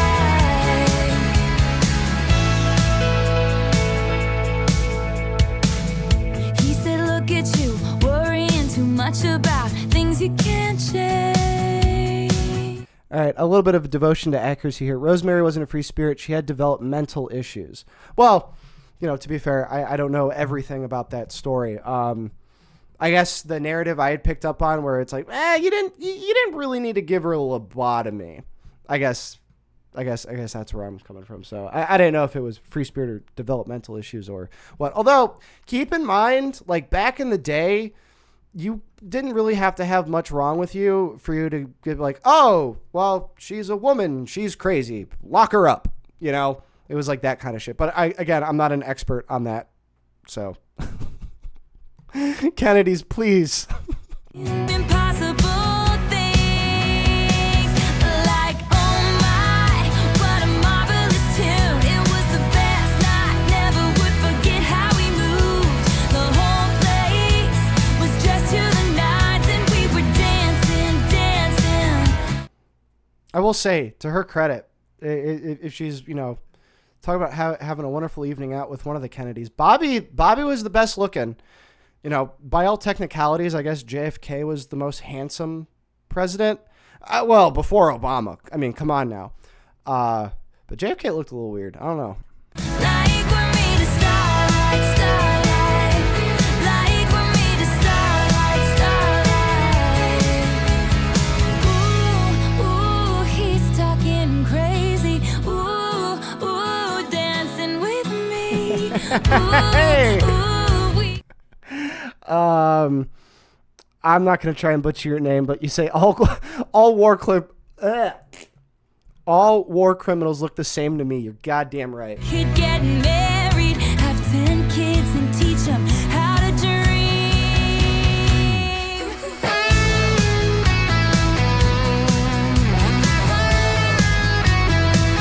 Like, I would not be going crazy over these guitar parts if it wasn't Taylor Swift, and these guitar parts have become less common in her music. So when I hear it, I get excited.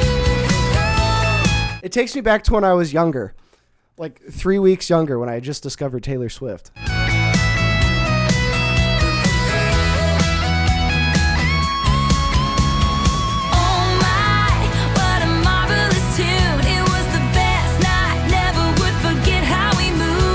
The Pink Blue goes, yes, I do miss the guitars and instrumental solos. The thing is, they're really nothing to write home about, but because they were so on brand, and I came to expect them, you know, especially with this record, right? I'm looking like, oh, okay, what's new? Where's she going with this? You know, how, you know, who's producing? What are they going to do here? To where when I hear that, I'm like, hell yeah. Impossible dreams, like starlight, starlight, like we dream impossible dreams. Don't you see the starlight, starlight? Don't you dream impossible things? Okay. You know, somebody made the comment that this, you know, is one of their least favorite songs. You know, if you're into the Kennedys, if you love elite Democrats from Cape Cod or Massachusetts or wherever the fuck they're from, right?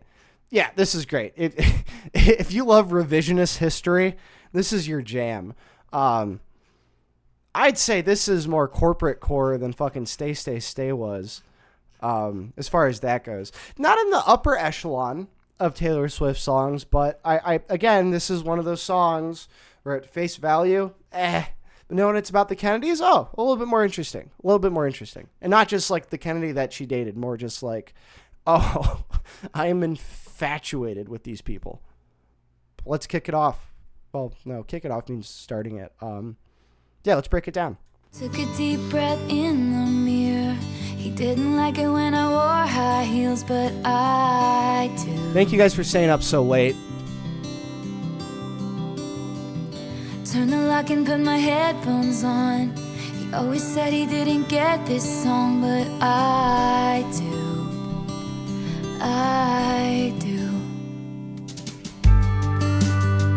But did I've been spending the last 8 months thinking all love ever does is break and burn and end. But on a Wednesday in a cafe, I watched it begin again. Who's this about? Jake not finding her funny is the whole theme of the album. Yeah, I guess she took that to heart a little bit. Love that today is Wednesday. Connor, okay. So is this, who came first, the chicken or the egg? Gyllenhaal or Connor? So is this, I'm just trying to think here. Like, is it beginning again, right? Is her falling in and out of love? Is that what's going on here, right? Okay. All right. So, yeah. So this is after Jake. Okay. Oh, interesting. Oh. Or Twice is going, there's no proof that this is actually about anybody. He said you never met one girl who had as many James Taylor records as you, but I... Damn, Taylor Swift is based. James Taylor goes hard.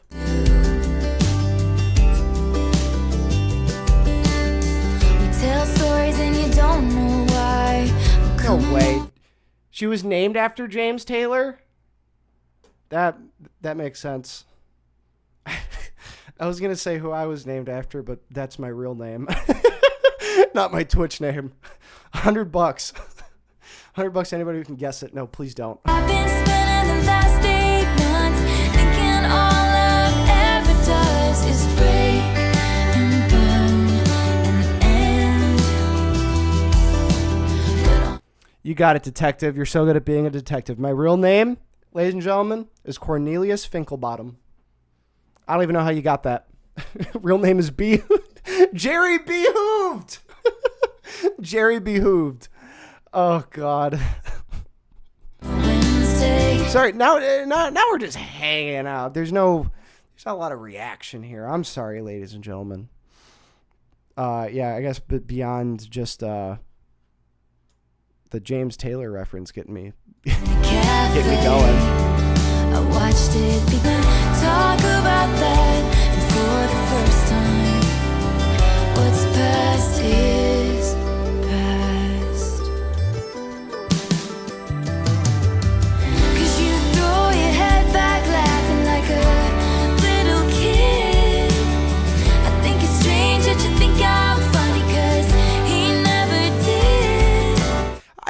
how could, like, even if you're... All right.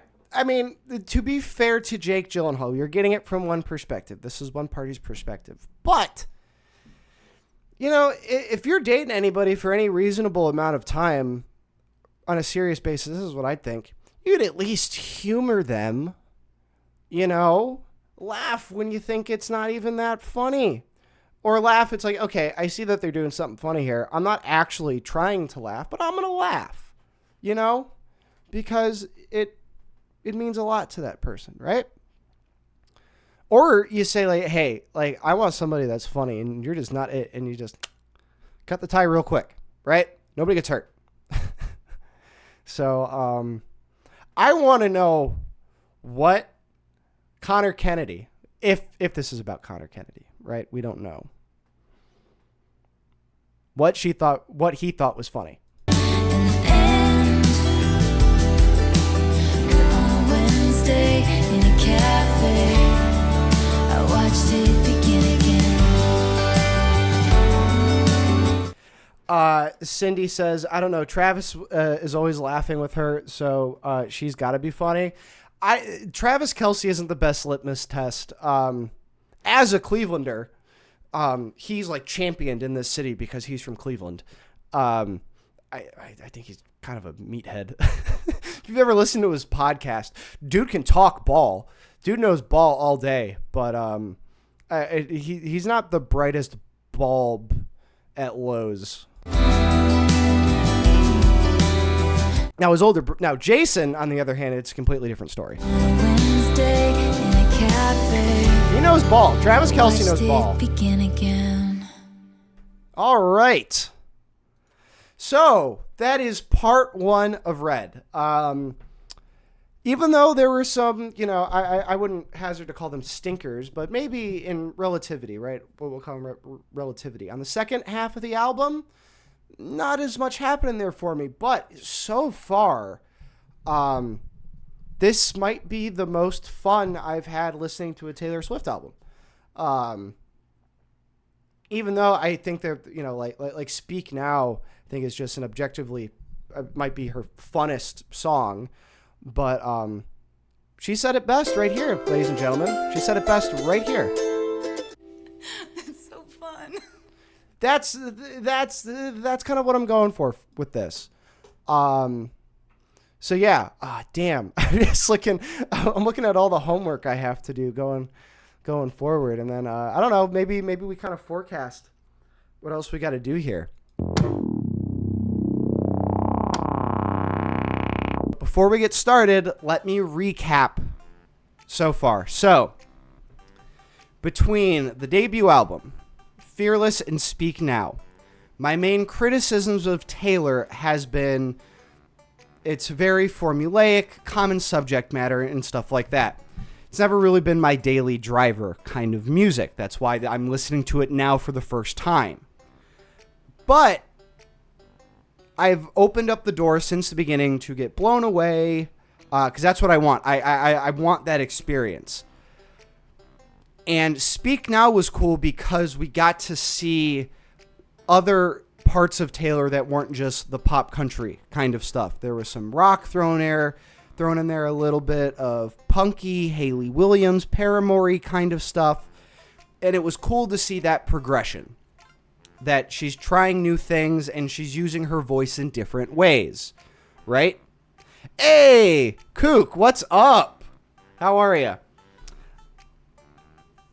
But with this record, it's a little bit more of her switching it up. I feel like if this album's like anything so far, it's more like Speak Now. And I've read that criticisms of it were like, okay, girl, pick a lane. Are you going to do pop? Are you going to do pop rock? Are you going to keep doing the country stuff? I like the fact that on Red, we got little tastes of everything so far, and it's made it more of a fun listen. Is it... Oh, shoot. Did the Banjo-Kazooie music stop? That's not cool. I gotta keep that playing. There it is. So, like, when we look at some of the track listings, You know, I State of Grace was kind of cool. I like that play on words with like Empire State of Mind.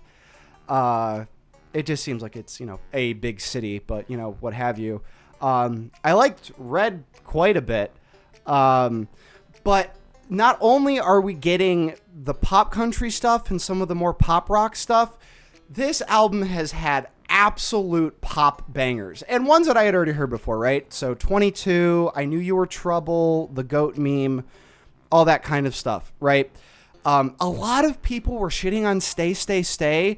And it's for those reasons that I mentioned earlier, the fact that this is kind of all over the place. And I don't know, maybe you guys can tell me. I feel like Taylor must have had so much fun recording this album.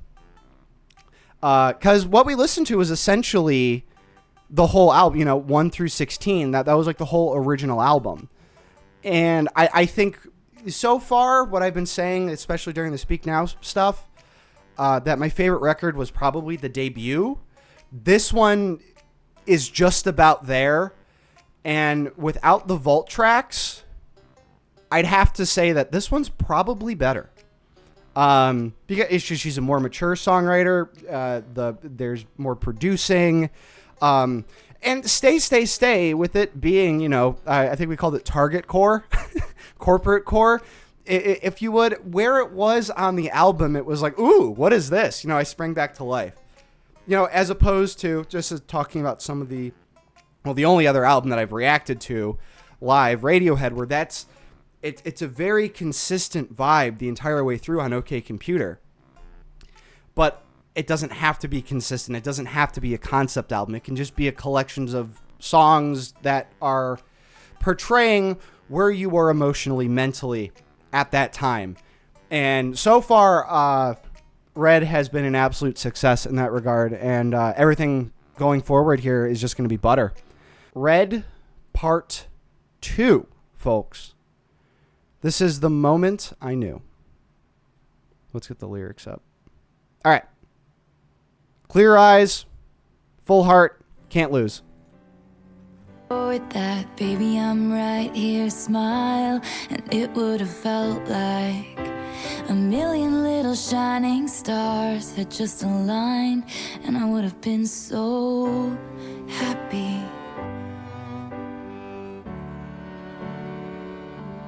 Christmas lights glisten.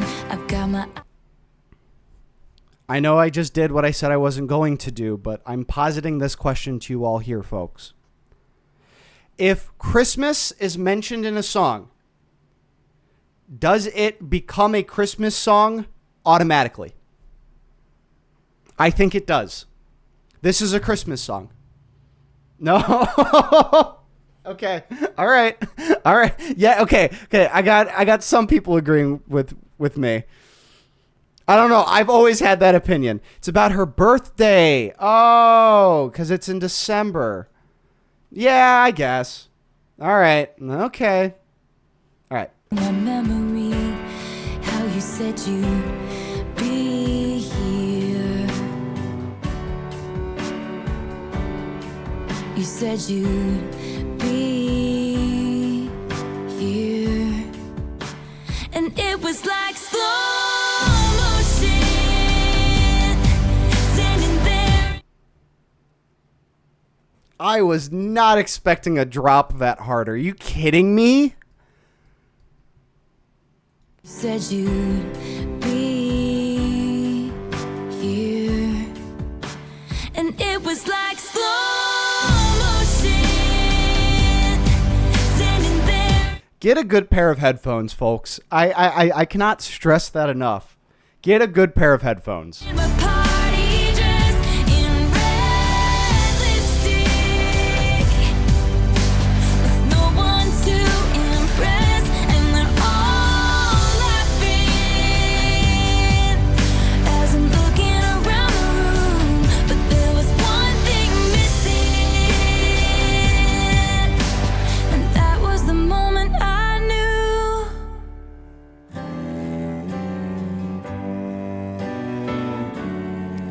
All right, so far, I like this one a lot.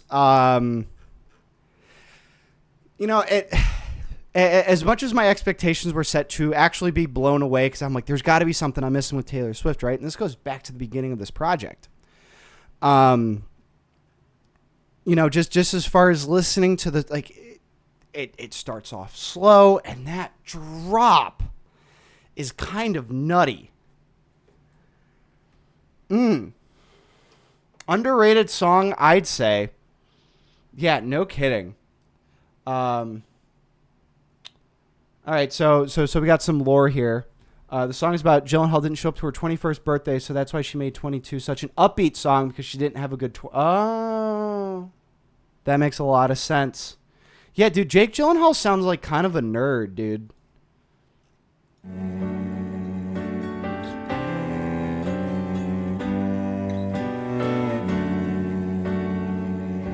And the hours pass by. Now I just wanna be alone, but your close friends always seem to know when there's something really wrong. So they follow me down the hall, and there in a bathroom I try not to fall apart, and the sinking feeling starts as I say hopelessly, he said he'd be here. No. And it was like, say, when tears are streaming down your face in front of everyone you know. And what do you do when the one who means the most to you is the one who didn't show? All right, I'm just gonna kind of throw that out there. She like this part. And what do you do when the one who means? She's not bringing us down gradually there. It just stops, dropped off. Kind of like how you'd feel if you're expecting, you know, somebody to be there and they just let you down. Just like that. That's how I'm going to interpret that selection of sounds right there. You know, and there have been some comments on the videos and in some of the live streams that like, oh, you know, they're saying too much about the lore and the backstory. You should just, you know, try to live it, you know, try to get your own interpretation from it. I'll be honest with you, this shit is way more enjoyable knowing the background and like knowing all the trials and tribulations of, and in this case, the Jake Gyllenhaal relationship, right? She definitely uses these albums not as a metaphorical diary of where she was at her point, but like an actual one. Now, what does that say about blah, blah, blah, parasocial relationships, blah, blah, blah, Taylor's my BFF? I don't know. I'm not qualified to say. All I know is that this hits a little bit more than it would otherwise. And I'm glad that I'm doing it this way. Yeah, no, yeah, you're right on that. Sometimes you've said it does create a bit of a disconnect, but for this album, I think it's literally the center. There might just be something about this song too. Just because I'm also just really digging the production on this one. The strings are fantastic. You know, the drum machine in the background is, you know, I mean, it's a drum machine. I don't know. With no one to impress, and they're all standing around me singing happy birthday to you. But there was one thing. So the chat may have spoiled it a little bit there. Maybe I just would have cried on camera had I just read that. But I'm still feeling for Taylor here, you know. I wonder what concert he went to. Do we know what concert Jake Gyllenhaal went to? Because we could pin it down to the day, right? We probably could pin it down to the exact day. I want to know. I want to judge him. I want to judge him. Mumford & Sons. I think that could have been Mumford & Sons. I thought somebody mentioned that before on an earlier song. Crying at Tool. Yeah, Jake Gyllenhaal went to a Tool. He went to a Tool show.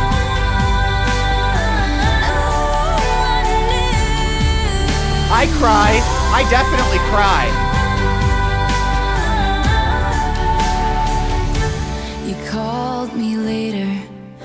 said, I'm sorry I didn't make it. And I said, I'm sorry too. And that was the moment I knew.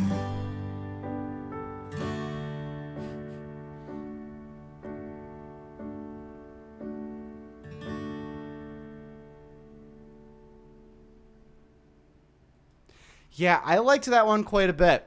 I mean, the production on that one was kind of nutty, and she's really belting it out on this one. I feel as though as we progress through the albums, I'm getting like more and more instances of Taylor just belting it out, and me being like very honestly impressed. Like I said, that dude who Mean was about, like, shut the fuck up, you know?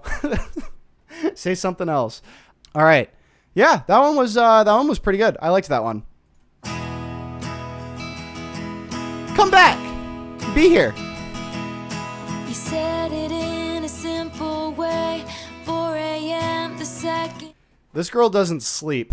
day. How strange that I don't know you at all. Here, I guess you're in New York today. I don't wanna need you this way. Come back, be here. Come back, be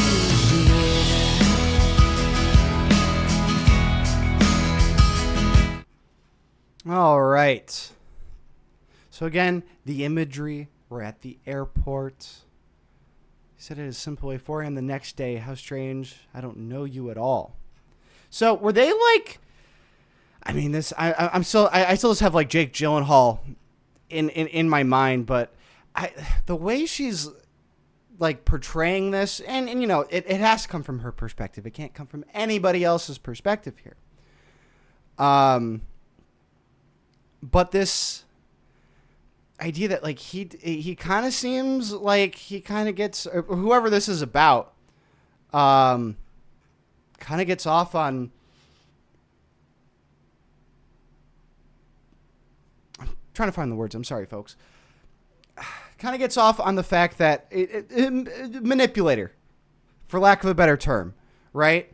Like, oh well, I don't want my personality to make it seem like I like this girl, or that's why she needs me or wants to be with me. I'll make the absence of myself do that for me. Do all the work for me. Just detach it. Come back, be here. Come back, be here. I guess you're in London today, and I don't wanna need you this way. Come back, be here. Come back, be here.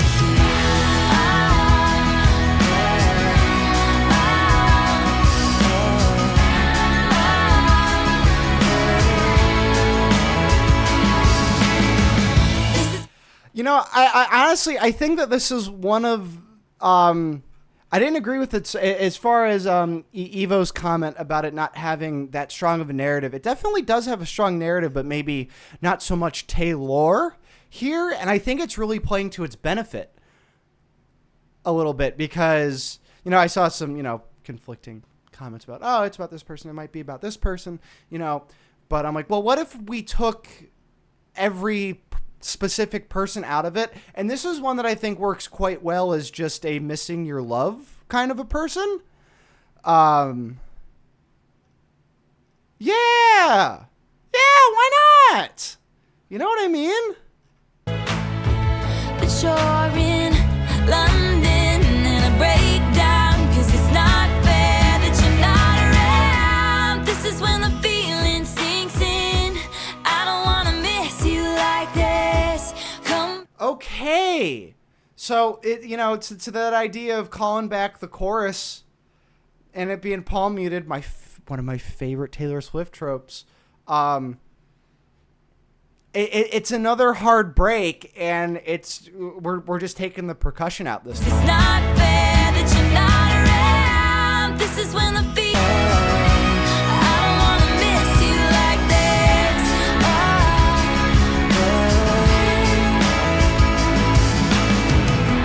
Come back, be here.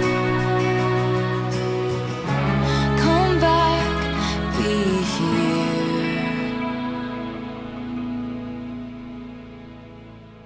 Yeah, so this song in particular, I think kind of sends home, you know, I think it's a lot of fun to engage it with the lore, to engage it with a particular person, but taking that idea out of this one really serves it quite well.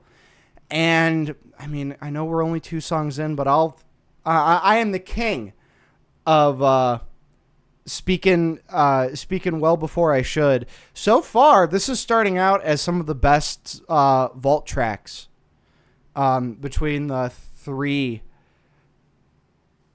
Taylor versions that we've listened to. Moving on. All right, Girl at Home.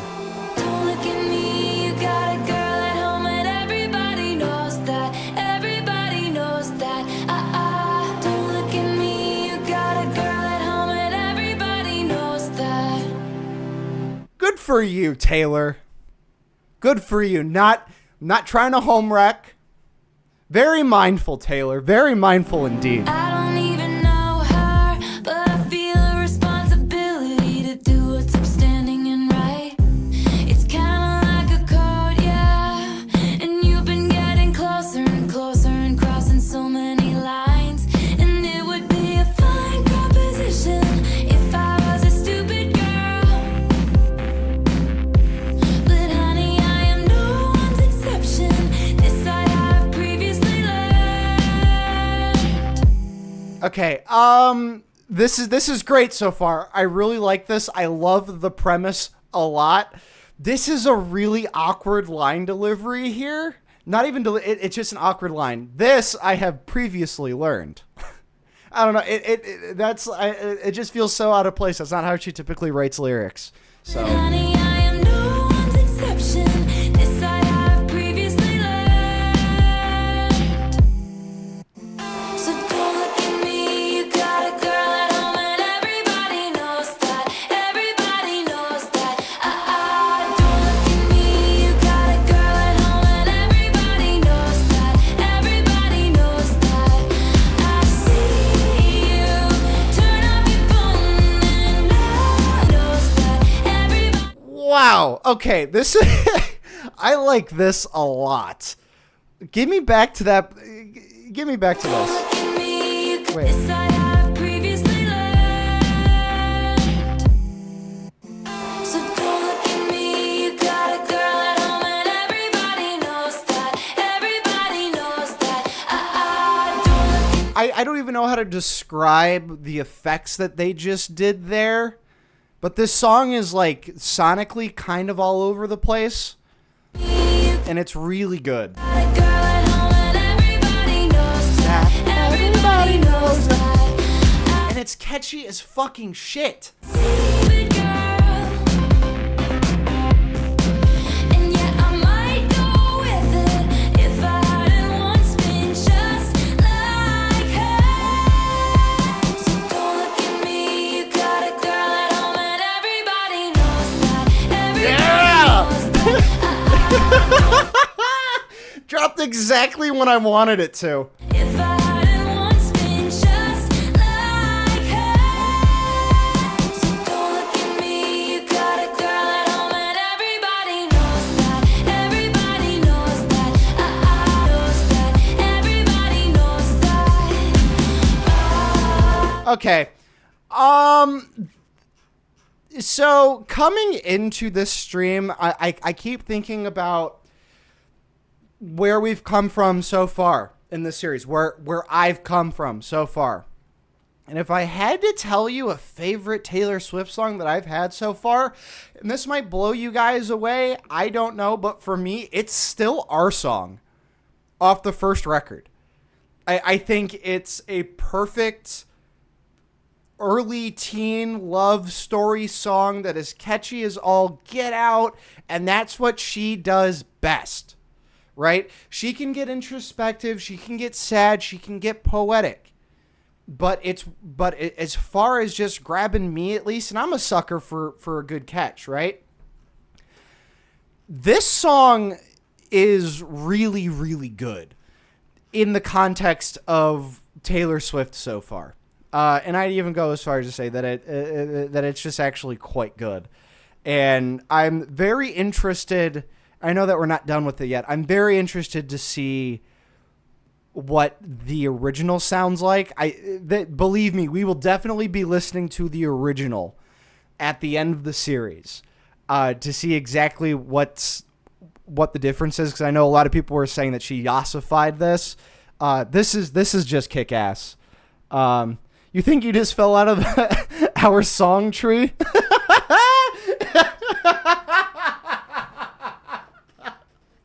Okay, Kamala. Oh shit. I think you may just like to be surprised. I love a good surprise. I didn't expect this one. Yeah, no, this one's good. This one's like really good.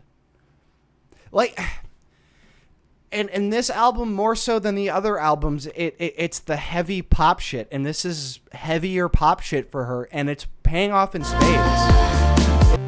Call it cab, lose my number, let's consider this lesson learned. Don't look at me, you got a girl at home and everybody knows that. Repetitive as shit, and I do not care. Tell her you're coming home. See, because like even like she's not even completely shitting on him. She's setting him up for success. Like, dude, go back home. Maybe you've had a little bit too many oat sodas tonight. It is just stop, right? I won't call you by name. She's setting him up for success. It's like a dog, folks. It's like a dog. Wishing if I hadn't once been just like her.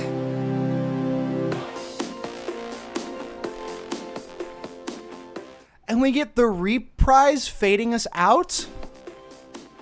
Maybe not even a reprise, but yeah. So I think everything that people like about Taylor Swift could be, in my opinion, so far, kind of encapsulated in this song.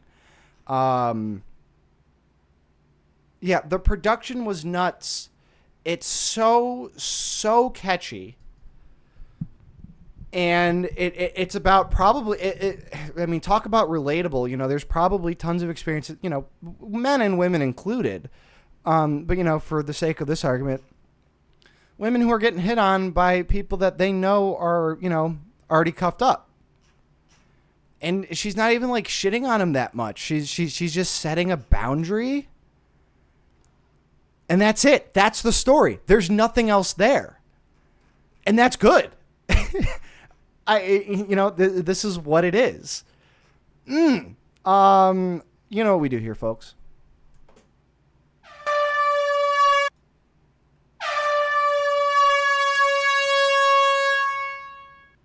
Yep. Liked that one. Liked that one a lot. Oh. See, last time we had an acoustic version of a song that we already listened to. I skipped it, but we'll vibe. We'll vibe. Oh, I'm sorry you didn't like the air horn. We'll vibe. We'll vibe. We'll vibe.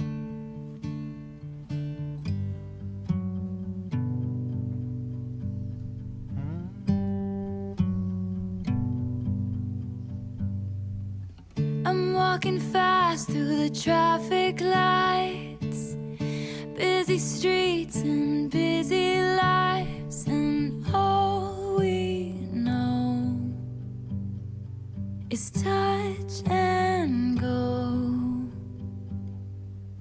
We are alone with our changing minds. We fall in love till it hurts or bleeds or fades in time. I think as far as melodies go, State of Grace might have one of the stronger ones in the Taylor Swift discography, and especially as a album opener as well.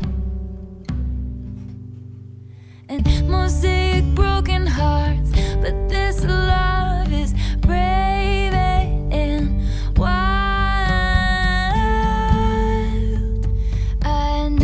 All right, just gonna pause it right there. This is kind of cool because I remember really enjoying this section in particular. This is how I knew that she was from December. Some more examples of some at least more brainier, slightly songwriting. Two fire signs, four blue eyes, but the two fire signs. Whether or not they were born in the same month, but if you're a believer in that kind of stuff, right? There's like, oh, yeah, there's no wonder why the shit that's going on between us is going on because, I mean, look at us, there's so much in common here, yet why can't we kind of figure this out? I really like Mosaic Broken Hearts to describe, because when you think about it, a mosaic is made up of little pieces, but it still resembles what it's supposed to represent. And I just thought that was a very good line the first time I heard it. And it's based on the fact that it's coming through in an acoustic version, it's way more melancholy. And I think This is the worthwhile fight. Love is a ruthless game unless you play it good and right. These are the hands of fate. I don't think there's a ton to say about this particular version with any more than what I've already said, other than I think it's coming through a little bit better. Just by nature, something being acoustic makes it more melancholy, and I think it serves the message of the song a little bit better. This is the golden By the way, this does not tarnish how good I think the second half of this album is so far. age of something good and right and real. And I never saw you coming.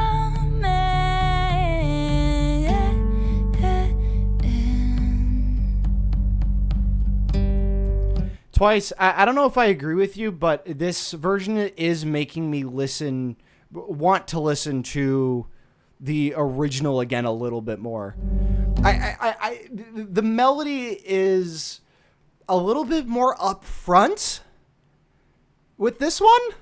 I don't know if that's recency bias because I'm listening to it right now, but This is the worthwhile fight. Love is a ruthless game unless you play it good and right. Damn, dude, those three notes, like, they do a lot of the heavy lifting, but that's, like, perfectly fine. Like I said, it is making me want to listen to the original again. I think it's this version, like how it begins right here, Walking right? fast through the traffic. Hold on. Just like the beginning of it made me like, oh yeah, dun, dun. I remembered, like, oh, I know that song. And I was like, wait, no, this actually kind of slaps. In a weird way, this version has made me appreciate, the typical release of this song, or at least the Taylor's version of it. I haven't never heard the original. I am listening to, wait, what isn't this a re-recording, a different version of a re-recording of a different version of a re-recording, right? Do I have my math right on that? I think so. So wait, was there an acoustic version on the original? Yes, yeah, okay. So if there was an acoustic version on the original deluxe, and she re-recorded that acoustic version, this is, yeah, okay, I'm right. Okay, cool. Wow. Okay, everybody. I have no idea what to expect here. Nobody spoiled this in chat for me. So, Lego.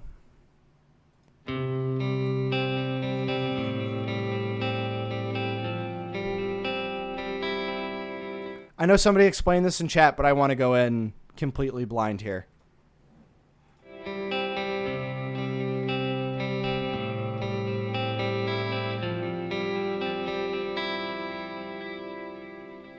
I remember your bare feet down the hallway. I remember your little laugh. Race cars on the kitchen floor, plastic dinosaurs. I love you to the moon and back.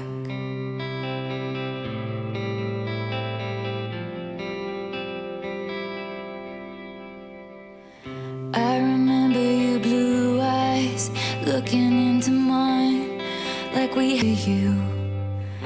Come on, baby, with me, we're gonna fly away from here. You were my best for years. Okay.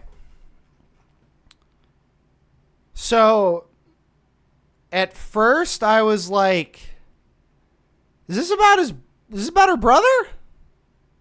Then she said 4 years, and I'm like, now, yeah, okay, now I'm not sure. Okay, all right.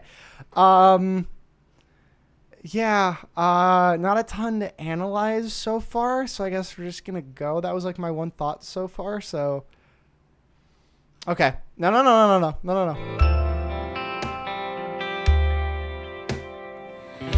I remember the drive home when the blind hope turned to crying and screaming. Why flowers pile up in the worst way?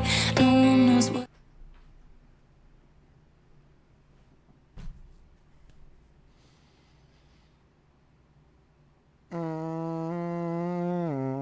to say about a beautiful boy who died. And it's about to be Halloween. You could be anything you wanted if you were still gonna fly away from here.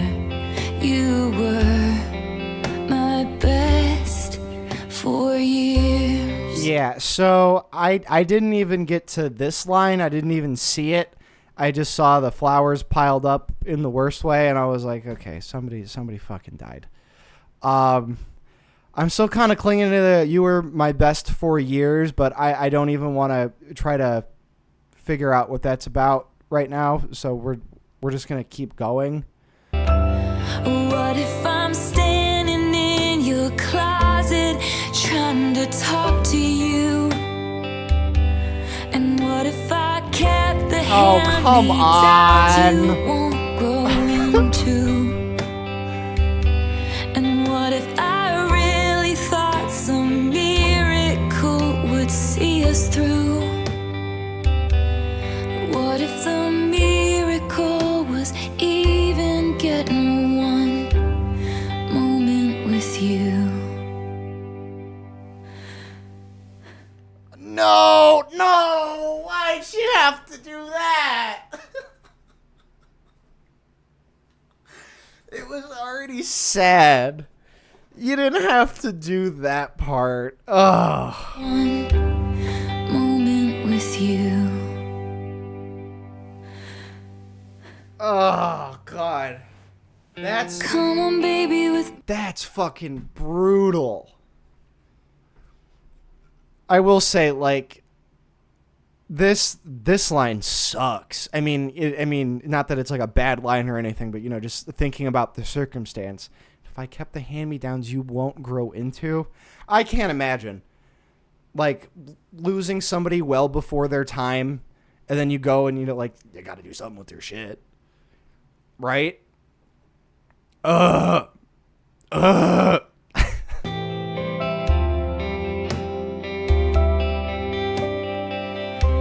remember your bare feet down the hallway. I love you to the moon and back. Okay, so that gasp or that sigh that she did was like so brutal. I can't even begin to tell you. Taylor stumbled upon a blog called Rockstar Ronan from a woman in Arizona named Maya Thompson. The blog was about her experience losing her 4-year-old son to cancer. God. Yeah, that sucks. She has co-writer credits? Cool. All right. That's actually super cool of Taylor to do that. That's fucking awesome. Yeah, no, that's really cool. I mean, that sucks, but like, what a thing to do for that person. I mean, immortalized, because it's not like Taylor's, you know. Yeah, everybody forgot about that Taylor Swift lady, you know. No, that's actually quite cool. Damn. Sad, but handled with a lot of grace and a lot of respect, obviously. She said, "You were my best 4 years," and I was like, I did not know, like, because I'm thinking, like, okay, did she lose a boyfriend? But that doesn't make any sense. But then before that, I'm like, oh, okay, it's about her brothers. But yeah, this is another example. Again, you guys, I'm so bad with song title names, but the song I'm thinking of is like, you know, the song that she wrote for her elderly neighbor, you know, and kind of wrote like a love song for her neighbor, where it's not necessarily Taylor herself who's the first person in the song. She's writing it from the perspective of somebody else. And yeah, that's actually quite hard to deal with. Yeah, really sad. That sigh. Oh, God. That's just... Yeah. Mary's song. Yeah. So. Well, all right. Please tell me that she's going to ease us into happier songs if they come around. Better Man. I'm probably better off on my own than loving a man who didn't know what he had when he had it. And I see the permanent damage you did to me. I'm sorry, what does this remind me of? This is another one where it's like... I'm not going to be able to get it. I feel like it kind of... Is it that one Train song? Something Jupiter. That's what it kind of sounds like. Kind of. If you like squint your ears a little bit. And I see the permanent Drops of damage Jupiter. you did Just a little to bit. me. I think that's the song I'm thinking of. I just wish I could forget when it was magic. I wish it wasn't 4 a.m. Standing in the mirror saying to myself, you know you had to do it. I know the bravest thing I What ever is this? did. Hold on. I gotta go back a little bit. I'm sorry, folks. Never again. Kind of I pay just attention to chat there. wish it wasn't 4 a.m. Standing What is this? This 4 a.m. now? We've just doubled 2 a.m.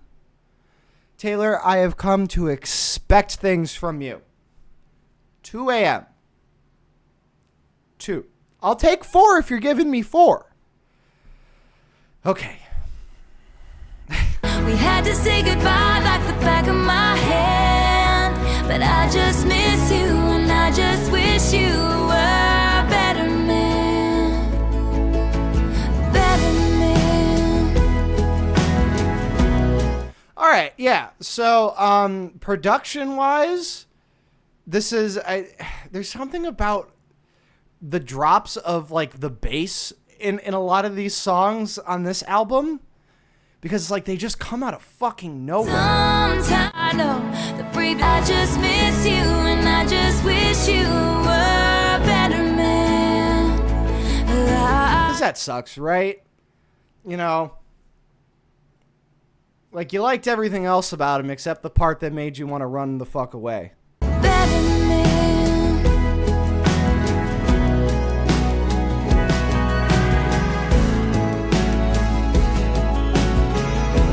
See, oh, I can hear it now talking down to me. Like I'd always be around, push my love away. Like it was some kind of loaded gun. Oh, you never thought I'd run. Sometimes in the middle of the night I can feel you again. But I just miss you and I just... So, this isn't necessarily a comment that's indicative of this song, and I don't know if this is about Jake Gyllenhaal. I just know that is a common theme of this album. Also, I completely forgot about this in-joke that we had during, I think it was during Speak Now. Any song that we don't know who it's about exactly is about Eli. And if you don't know who Eli is, well, then you're not a real fan.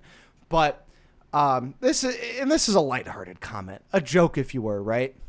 Do you guys think that if at any point, because, I mean, how old's Taylor? I guess she's 34, so she's, I don't think she's too late to do this, but, like, it'd be crazy, like, absolutely insane if she was, like, dating, like, some, like, 20-year-old at this point, right? Just, like, completely turning the tables on it. But this makes me think that it's Jake Gyllenhaal just as far as, you know, when you're in a relationship with a dude who's much older than you, you know, he's a man who can change his mind at any given moment. It's always on his terms. And she's waiting on those terms, you know, and like I said, when you're in that kind of relationship, it can kind of be this, you know, you can kind of lean on some manipulative tendencies if you're the older party there. So that's why I think it's about Jake Gyllenhaal. So, come back to me, Eli. Yeah, you got it. You got it. Come back to me, Eli. Wish you were a better man. We would have become if you were a better man. We might still be in love if you were a better man. You would have been the one if you were a better man. Well, Taylor, you also could have just lowered your standards. I'm not putting the blame on you, girl. I'm just throwing out options, right? Yeah, so far, this is a fine song. And actually, I'm going to be completely honest with you. This is the first song on the second half, so deluxe and from the vault, that I'm not absolutely crazy about. Not terrible. This is your standard Taylor here, folks. But as far as how much I've liked some of the other songs here on the latter half of this album, yeah, this one's just kind of fine. So, spoken like a true man. Well. A better man. We might still be in love if you were a better man. You would have been the one if you were a better man. Yeah, again, not bad, folks. I know there wasn't a ton for me to say there, I guess. Yeah, and not completely hot about that one, but again, it's kind of your standard Taylor Swift. At least as far as structure and production is concerned. You know, if maybe you've been with that man that you wish you were a better man, and then this song kicks ass, right? They tell you Nothing now. Oh, Phoebe? You guys didn't tell me Phoebe was on. You guys didn't tell me Phoebe was up here. I didn't know this. Okay. They tell you while you're young, girls go out and have your fun. Then they hunt and slay the ones who actually do. I've had too much to drink tonight. I know that this is completely beside the point of the song, which is, you know, right? She says it quite well here. Girls, go out and have your fun, but then, you know, we'll say, oh, you act more ladylike. Let me look at you the way I want to look at you, kind of deal, right? What's her favorite drink? What's her favorite cocktail? I'm curious to know. I know she could be a beer lady. I don't know. Is she a high life lady? Is she a Cosmo lady? Old fashioned? Okay. She loves an old fashioned. Everybody. Okay, we've got a couple different opinions. White wine, old fashioned, vodka, Diet Coke. Gross. Vodka, Diet Coke. I've never even thought to mix vodka and Coke. Dude, does Taylor smoke? That'd be so cool if she smoked. Hey, wait, what's criticize the way you fly when you're soaring? Well, that depends on if you like edibles or dabs, dude. All right, try to make some light out of it.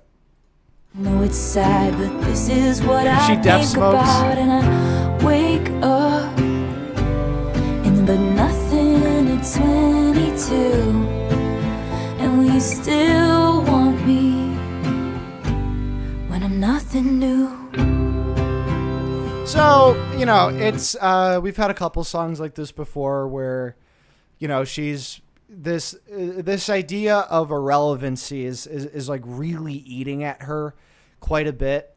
I guess one of the most famous examples I have of that, if anybody here knows any little bit about baseball, there was a pitcher named Doc Ellis back in the 1970s. Him and a lot of other baseball players would use like drugs to cope because it's a long season. They play 162 games a year.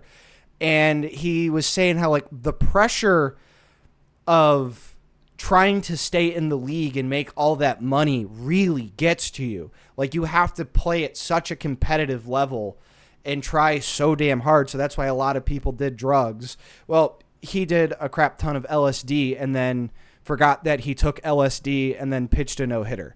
But he's like, yeah, that's the reason why I did it. I was afraid of being irrelevant. Like I had to cope with the fear of losing my job and losing everything that I have. I've heard that because I've just caught like little snippets of like little shorts and TikToks and reels that she kind of keeps that going a little bit. Don't worry. I am not looking forward in listening to the rest of these albums. But I wonder if at what point she'll be satisfied. Although, another sports reference, she could be like Tom Brady. Because Tom Brady won like 4 Super Bowls, and then he was interviewed, and they were like, and keep in mind, he had already won like 6 MVPs, 4 Super Bowls, and they're like, so when is it enough? And he goes, it's never enough. He's like, I have to be the best all the time. He's like, I will never be satisfied. And that's a winner's attitude. That is a winner's attitude. Said she's psychologically frozen at her age. She got famous. Yeah, no, that makes like so much sense. She writes about all of her feelings and she's anxious on the topic. Yeah, I mean, she has lived a life that is so different. So whatever. How long will it be cute? All this crying in my room. Aw, Phoebe, take me there. When you can blame it on my youth and roll your eyes. People love an ingenue. I've had too much to drink tonight. How did I go from growing up to breaking down? And I wake up. Love the wordplay there. How did I go from growing up to breaking down? I know someday I'm gonna meet her. It's a fever dream, the kind of radiance you own. Wow, okay. That little rapid step down the scale here. I know someday I'm gonna meet her. It's a fever dream, the kind of radiance you only have at 17. She'll know the way and then she'll say she got the laugh from me. I'll say I'm happy for her, then I'll cry myself to sleep. Wow, this one's like actually like really sad. More, and we've had these kind of songs from Taylor before, but this one I think is probably the most heartfelt so far. At least she's getting the point across a little bit more. Because sometimes it hasn't just been about her. Sometimes it's about other women in the industry. I think that was in the first part of Red, if I'm not mistaken.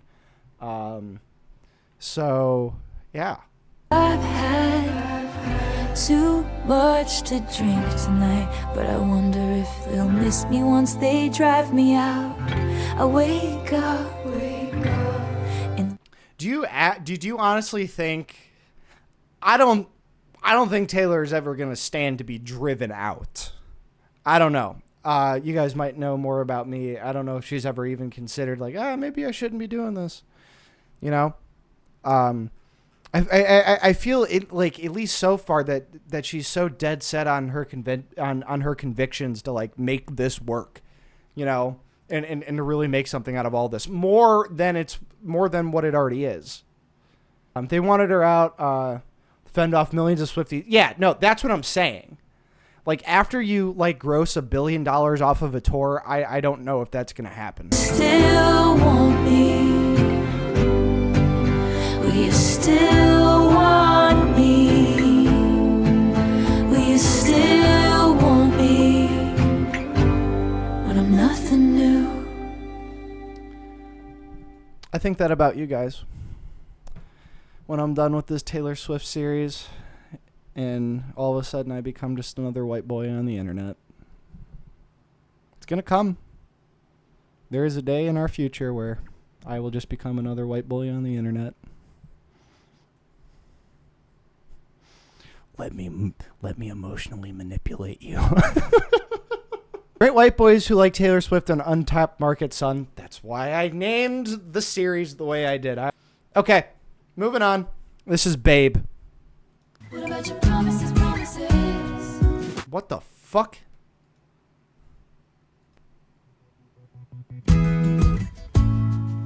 What about your promises? You said no one else. How could you do this, babe? You really Oh, this is so fun. I'm not even gonna like. Lyrics wise, this is fine so far, except, you know, just the imagery of her lying on the kitchen floor is quite novel. Yeah, this is another, like, this record has so many good and just interesting little pop production choices. You know, the little dub underneath, promises, really fun. Kind of it's giving Y2K. This song is giving Y2K. do this, babe? We ain't getting through this one, babe. This is the last time I'll ever call you babe. I'm sorry, hold on. I just had to stop that. What is a glitter pen boy? What the hell is that? Kook, you better answer me. I'm telling you. I'm not going to start this song until you answer me, Kook. What the hell is...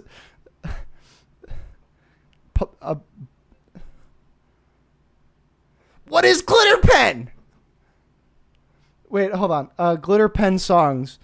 Pop fun bangers by Taylor. That's it? Okay. Okay. Yeah, I guess so. I guess that's me. Such a glitter gel pen. Oh! Feather ink pens are emotional experiences. Oh, okay. Glitter gel pen boy reacts to Taylor Swift. Okay. Taking down the pictures and the plans we made, yeah. I like the little snare drum in the back. It's strange how you face the you call. We'll wreck you the wrecking ball. We said no one else. How could you do this, babe? You really do this, babe. We got a horn section in a Taylor Swift song? That's amazing. I didn't catch it till now. We got a horn section. They could be entirely electronic, but...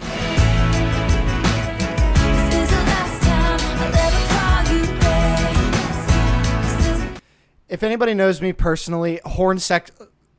I am a sucker for a good horn section. This is the last time I'll ever call you. Since you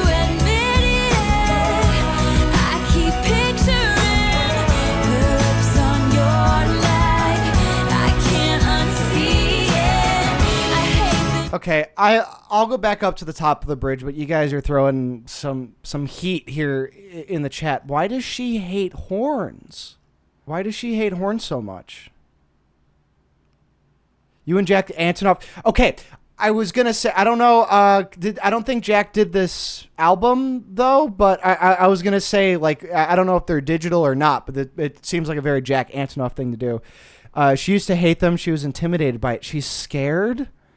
Oh, dude, horns. I used to play trombone, so horn addict, horn addict reacts to Taylor Swift. Okay, you guys are too funny. Let me do the thing I wanted to do, which was react to this music.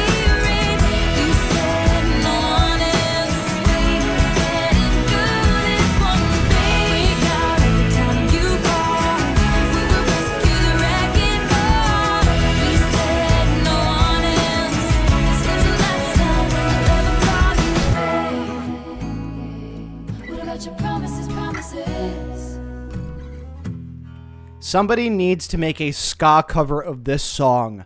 Stat. This would work. This is I'm calling it right now. You've heard it here first. Go on your little Swifty Facebook groups and let them know. This is a ska song. Message in a Bottle. I know that you like me, and it's kind of frightening. Standing here waiting.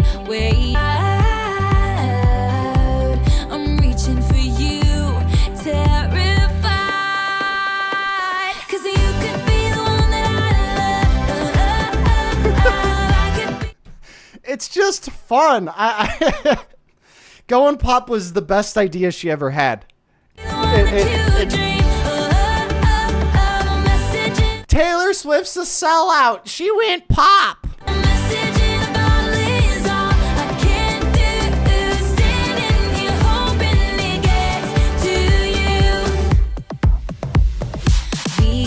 I'm going to be honest with you. I have not paid attention to the lyrics a single time. This song is just vibe. This song is just, I'm thirsty. I need some pop. You reach in the fridge, you grab a pop. We call it pop where I live. That's just what it is. That's what this is. Sugar-free. Diet Coke with vodka. These days I'm restless, work days are endless. Look how you made me, but time moves faster, replaying. It is kind of giving Firework by not by Taylor Swift. Who's that other lady? Katy Perry. It's kind of giving Firework vibes right here. Just on the ascent, not so much on the chorus, but. Fight, 'cause you could be the one that I could be the one that you dream. Can't do. Standing here hoping it gets to you. How is it in London? What is? Yeah, this is probably about somebody, whether or not the fans know. I don't know, and I typically, at least at this moment, I do not care. But with London, it's this whole London, New York thing that she's got going on. She like one of those. Does she like really like London core? She one of those. Harry, okay, Harry Styles, okay. Got a little crush on Harry Styles. No, wrong. It's about Eli. Yeah, Eli, bitch.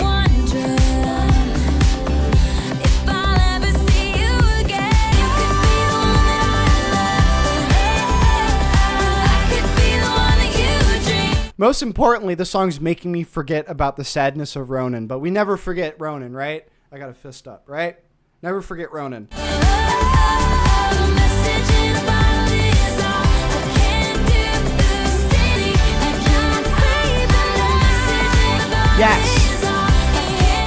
Yes. Sid brings up another one that I was thinking. This song reminds me of Carly Rae Jepsen, my other pop queen. It's just pure pop goodness. Yeah, no, that's exactly it.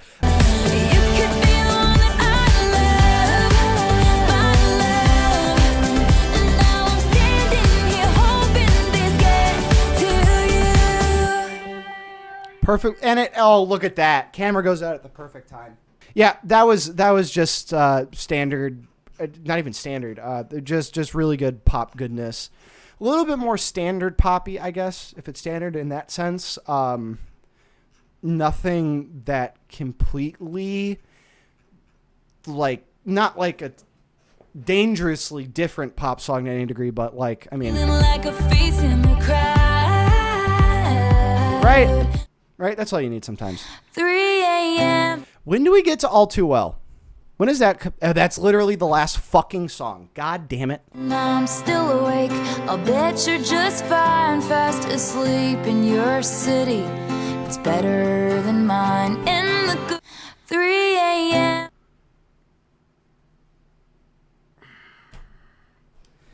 I feel like she's doing this to spite me. 4 a.m. Okay, she doesn't give me 4 a.m. 3 a.m. You think this is funny? I don't think this is funny. And I'm still want 2 awake. a.m.. I'll bet you're just fine, fast asleep in your city. It's better than mine. And the girl in your bed has a fine pedigree. And I'll bet your friends tell you she's better than me.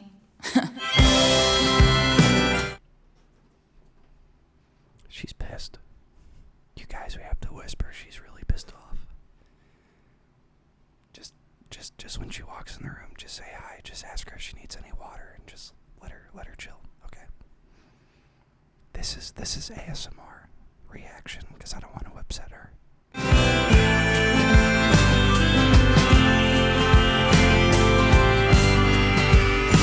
Well, I tried to fit. Where'd that harmonica come in? Realized I'm harder to forget than I was to leave. And I bet you think about me. See, we can go all over the place. We can go from hard pop to like country pop again. Just be really pissed off about it and talk about how you hate pretentious hipsters. That's exactly what this is. This honestly is like the best medicine for like people who hate hipsters. That's exactly what this is, because it's mainstream, it's commercial, and it's talking about how much hipsters suck through the lens of Jake Gyllenhaal. Also, we get Chris Stapleton in this, and I've heard him in the back, and I'm really excited to see if he has his own version. But reality crept in. You said we're too different. You laughed at my dreams, rolled your eyes at my jokes. Mr. Superior thinking, do you have all the space that you need?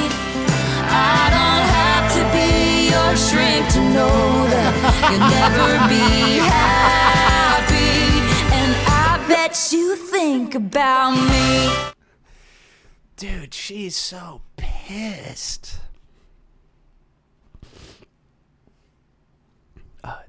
Taylor, we have your 4 a.m. appointment. It's Mr. Superior thinking. Yeah. Mm-hmm. No. Mr. Perfectly Fine is tomorrow.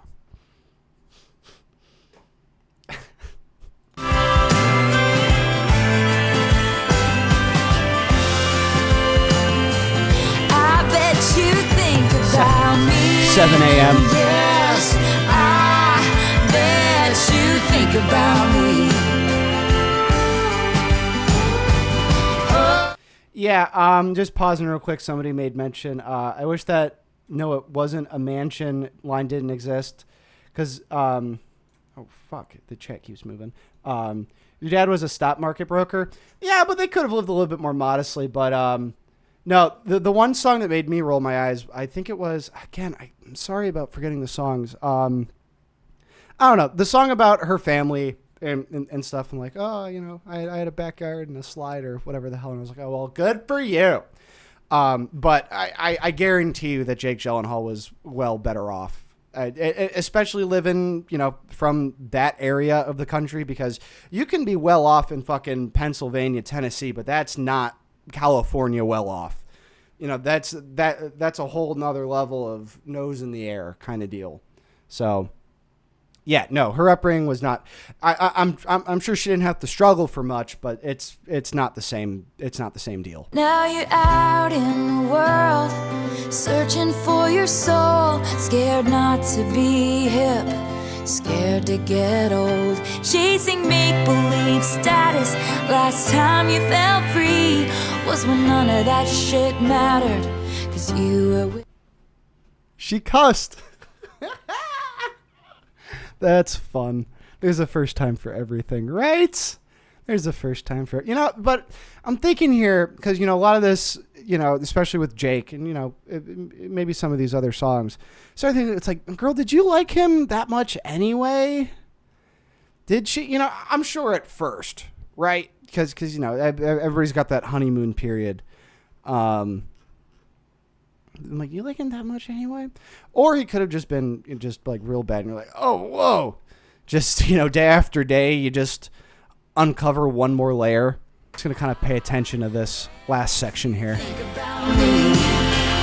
I bet you think about me when you're out at your cool indie music concerts every week. I bet you think about me in your house with your organic shoes and your $1 million couch. I bet you think about me when you say, oh my God, she's insane, she wrote a song about me. I bet you think about me. What? The songwriter I went out with wrote a song about me? What the fuck? Like I said, dude's a nerd. I still love Donnie Darko. That movie fucking rips.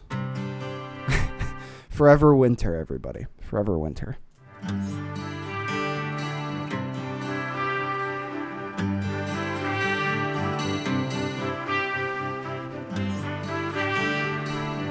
Horns, everybody. Horns. How it used to be. He spends most of his flights getting pulled down by gravity. Ooh. I call just checking up on him. He's up 3 a.m. pacing. He says it's not just a oh, it gets better. I'll be summer sun for you forever. Forever winter if you go.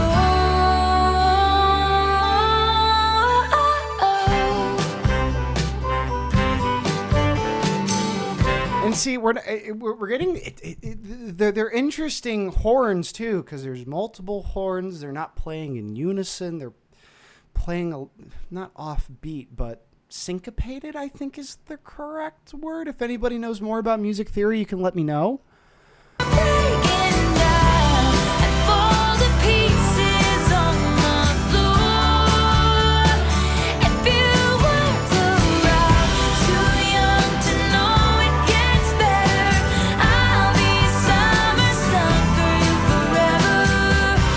Forever winter if you go.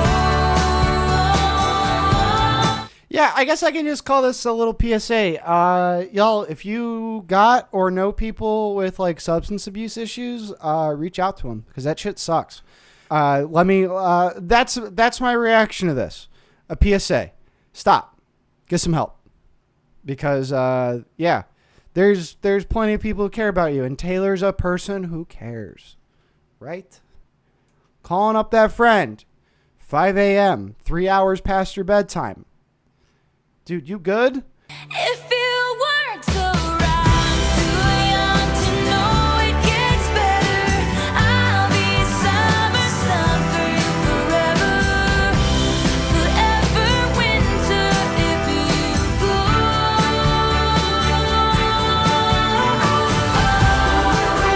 Yeah, and that's the thing, not to get too sad here, but that's just what's getting thrown at me right here. The too young to know it gets better. One of the things that I've been repeating to myself, especially since, that thing that happened globally about 4 years ago, thankfully I've never really had to deal with like substance issues or anything like that. But, you know, I think me, along with a lot of other people, fell into some dark places. But just repeat to yourself that this too shall pass. Bad shit and the good shit.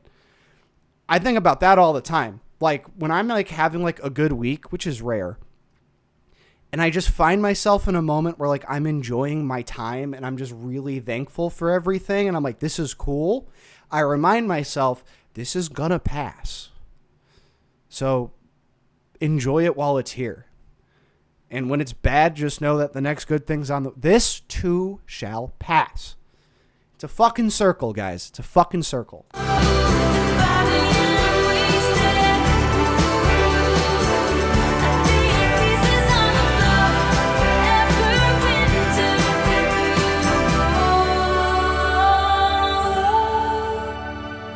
He says he doesn't believe anything much he hears these days. I say, believe in one thing, I won't go away. Yeah, that's a song. So that's a song for all those peeps out there who got they little vices, got the monkey on their back. Like I said, reach out, go get some help. Like genuinely, I know this is like a heavy topic to talk about, and I'm trying to not tiptoe around it, but not like go headfirst into it. Beyond that, yeah, no, as a song, it's fine. It definitely, I think it's more about the message than it is the song. Although on a more lighthearted note, so it the one thing that it stayed true. I know it's a joke, the whole AM crap. You know, she's up in the wee hours of the morning. But what's pissing me off is that the difference between 5 a.m. and 2 a.m. is 2 hours, 2 a.m. Should I quit? Is it annoying? Should I get off the 2 a.m. bullshit? Because I feel like I've said that more than like I have anything else this stream. And I don't know just how like substance that is for analysis and reaction. So Run with Ed Sheeran. Eddie's back.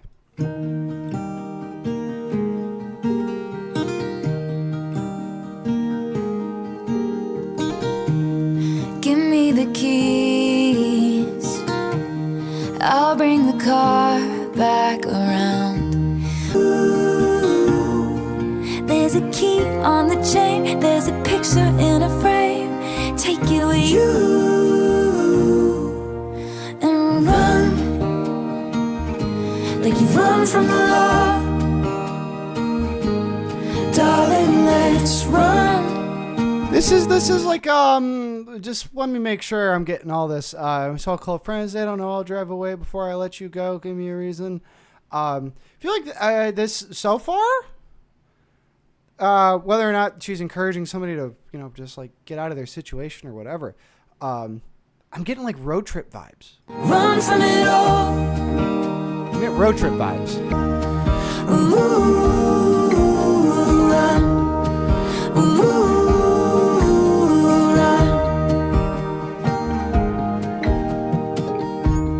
Laugh like a child. God, his voice rocks. Sing like no It's so good. one cares. No one to be, no one to tell. And I'm pausing again just because that was really... So they're doing... So you got two main vocals, Taylor and Ed. And then below that you have dubs. And it's just like really thick and juicy right there. Sing like no one cares. No one to be, no one to tell. Get headphones. Run from it all. We can go like they're trying to chase. Yeah, this song's fine. I think just the vocal performance is doing a lot of the heavy lifting here for me. Like it's like like I said, I feel like this is a good like friends on a road trip story. Like if Thelma and Louise had a good ending. I like that. Darling, let's like that. Run from it all. We can go. Yeah, that's that was about that one. Somebody said bland and meaningless. Not meaningless, has meaning. Whether or not it means a lot is another thing. Bland, yeah, nice to listen to. Yeah, not even like a ton of like interesting lyrics going on here. Not bad. Not bad. Not bad. I The wish very first night. I could fly high. I'd pick you up and we'd go back in time. I'd write this in the sky. I miss you like it was the very first night. And so it goes every weekend, the same party, and they all lead back to you. 'Cause they don't know about the night in the hotel.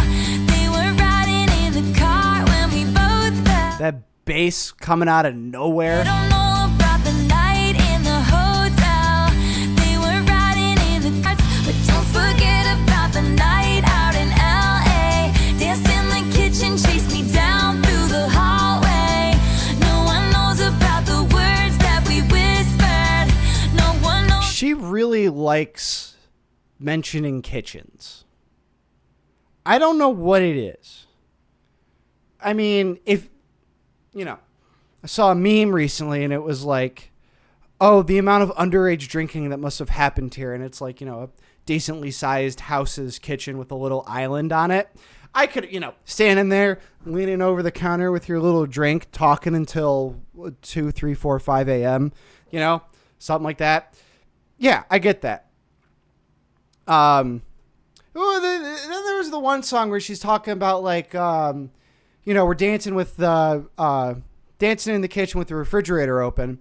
And, you know, that can kind of set the scene like, oh, well, I don't care that I'm wasting electricity. I don't fucking care that my Baby Bell cheese is getting warm, right? This is about us dancing here. And, yeah, I guess she just really likes it. She's always cooking. Oh, what can I say? Ha, ha, ha, ha, ha, ha. She bakes and cooks. Does she really? Because I'm going to be honest with you. I was like at the store checking out, and you know how they have like magazines and shit. And there was like a Taylor Swift cookbook, and I was like, there ain't no way this lady cooks. But apparently she cooks. Take me away, take me away, take me away to you, to you. I remember the night at the hotel.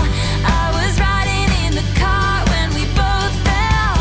Yeah, I don't know if I'm getting glitter gel pen from this so much. Seems like it is like almost the perfect mix of country and pop flavorings, and like not one is really sticking out more than the other. The phone as you whisper, do you know how much I miss Not even a key change, you? I wish I could fly high. I'd pick you up and we'd go back in time. Take me away to you, to you. So not that that was bad to any degree, but I think if there was any skip on this part of the album, it would probably be this song. This song just didn't really do a ton here for me. I think the last song did a little bit more for me than this one did. I think Run did a little bit more than this one. Alrighty.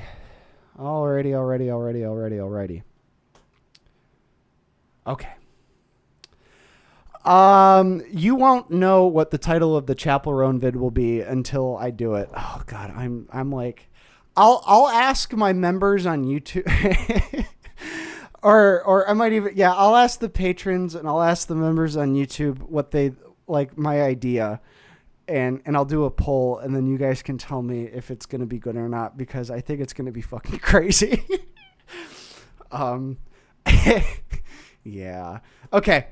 So here it is. We've already heard the standard version, or at least the standard Taylor's version, but this, when I heard, I didn't know that Taylor Swift was redoing her albums until I heard about All Too Well. I was like, I had never even heard of that song before. Because the meme was like, oh my God, Taylor Swift did a 10-minute song. Who else can do 10 minutes? And then, like all of like the boomer classic rock pages I follow on Instagram just throw up the timelines of Pink Floyd songs that are like 17 minutes long, 11 minutes long, and all that crap. So I am very excited. Sometimes I appreciate when a song is a little bit longer.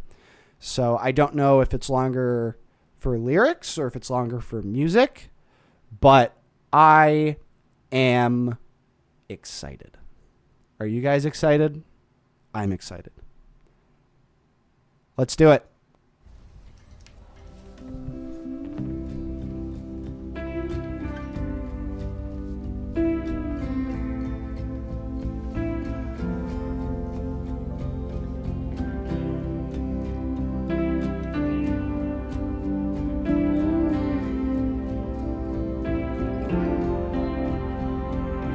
I walked to the door with you. The air was cold, but something about it felt like home somehow. And I left my scarf there at your sister's house, and you still got it in your drawer even now.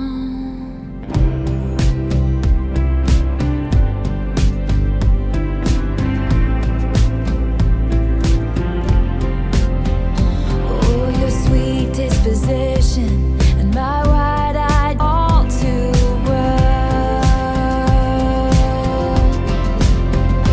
Photo album on the counter, your cheeks were turning red. You used to be a little kid with glasses in a twin-sized bed, and your mother's telling stories about you on the t-ball team. You told me about your past, thinking your future was me, and you were tossing me the car keys, but the patriarchy, keychain on the ground. We were always skipping town. I forget about you long enough to forget why I needed to. 'Cause here we are again in the middle of the night. We're dancing around the kitchen in the refrigerator light. Down the stairs, I was there, I remember it all too well. All right, I'll go back because I felt it rising and I don't recall off the top of my head. I really should. If I'm breaking albums into two parts, try to listen to a little bit of what I listened to before just to kind of refresh my mind. I think it would have served me a little bit better to listen to the original of this again, because if you're watching the video of this is a week since I listened to the actual original version. So far it's that kick drum that's really kind of driving this song forward musically, and I feel it building, and just as I pause there, it's probably going to build into something. I think we've already got it answered as far as the lyrical changes. And don't worry about spoilers. You guys talk amongst yourselves. I'm not reading the chat. I'm not reading the chat at all. So you guys can do whatever the hell you want to. Yeah, like I said, I didn't know if it was going to be different musically or different lyrically. We kind of got that out of the way. Yeah, I don't want to say too much. I'm just trying to take it all in. Down the stairs, I was there, I remember it all too well. And there we are again when nobody had to know. You kept me there, I remember it all too well. And you call me up again just to break me like a promise, so casually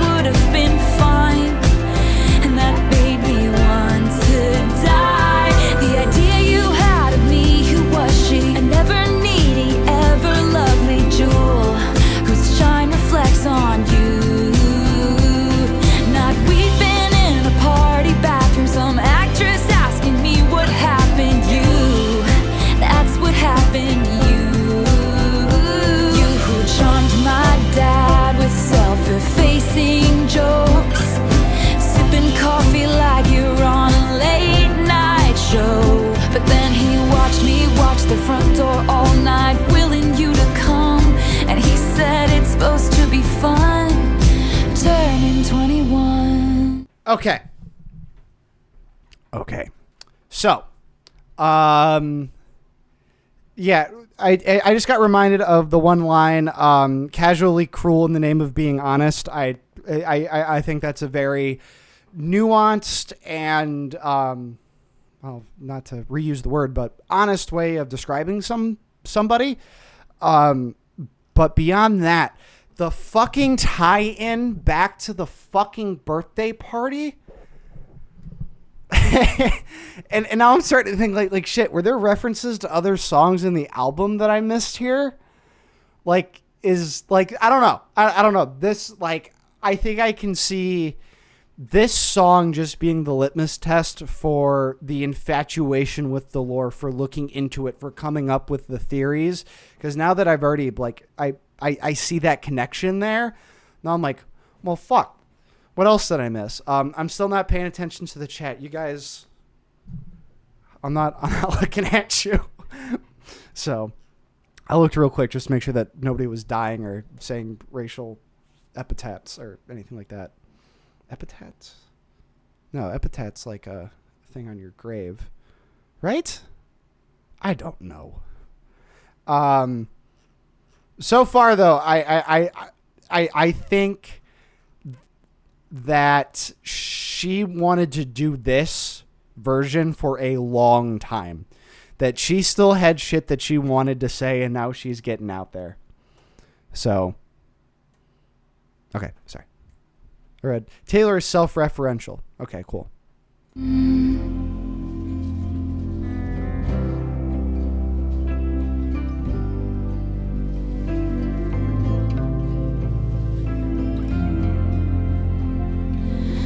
Time won't fly, it's like I'm paralyzed by it. I'd like to be my old self again, but I'm still trying to find it. After plaid shirt days and nights when you made me your own, now you mail back my things and I walk home alone. But you keep my old scarf from that very first week, 'cause it reminds you of you. Remember it all down the stairs, you were there. You remember it all, it was rare, I was there. I remember it all too well. And now Listening to this version, I know for a fact that what I said earlier is probably true. You know, that she, I mean, obviously she made it 10 minutes fucking long, and that she wanted to say this, that she had more that she wanted to say, because this feels like it should be a 10-minute song. I mean, I'm engaged. This, you know, and again, you know, maybe at face value, just looking at it, you're like, you know, whatever. But it would behoove you to listen. This is like the perfect tie-in.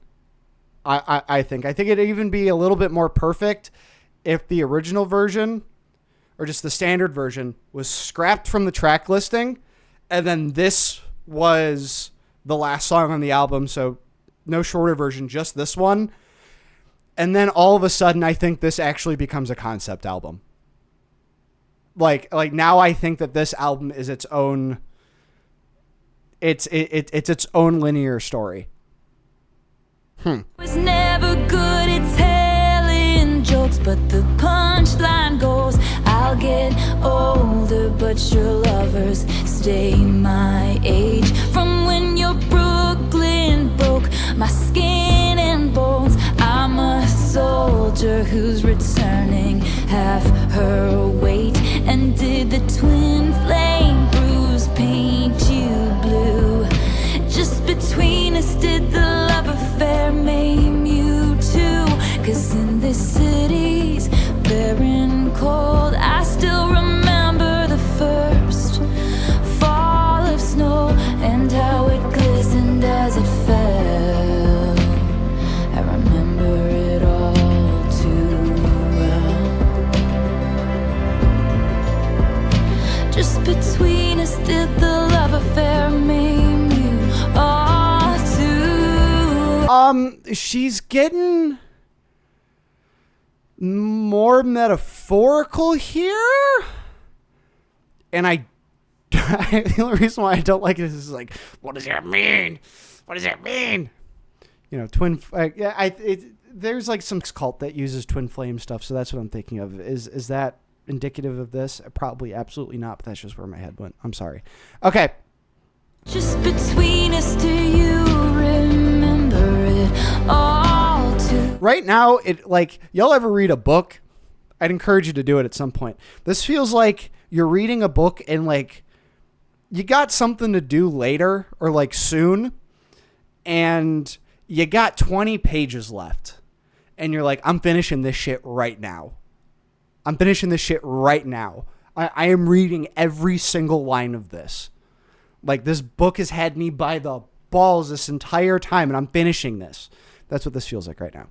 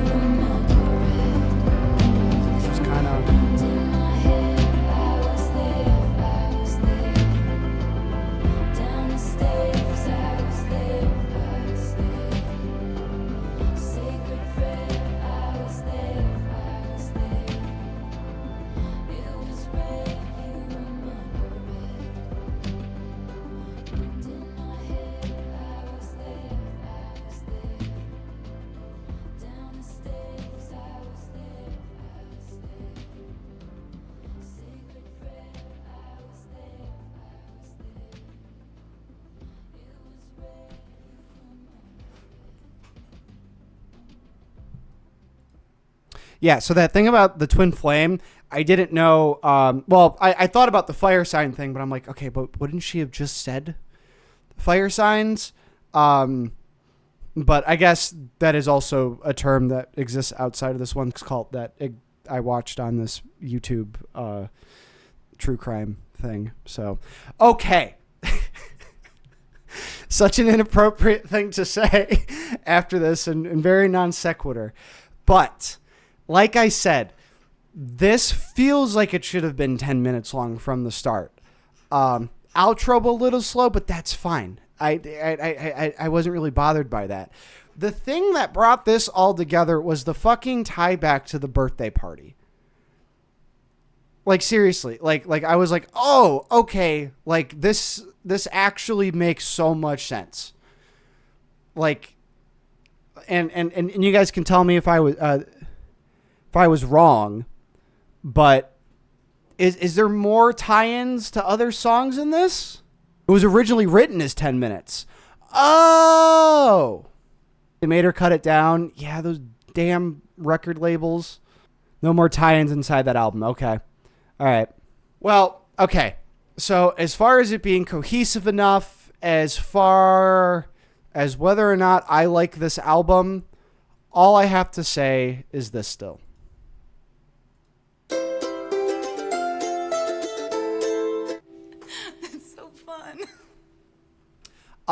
Yeah, this was hands down the most fun I've had listening to a Taylor Swift album. Now, is that just because I'm following it very linearly and I'm seeing her grow as an artist and as a professional and as a songwriter and working with producers, and these are also the worked versions, so these are enhanced. This is Taylor's way of doing things.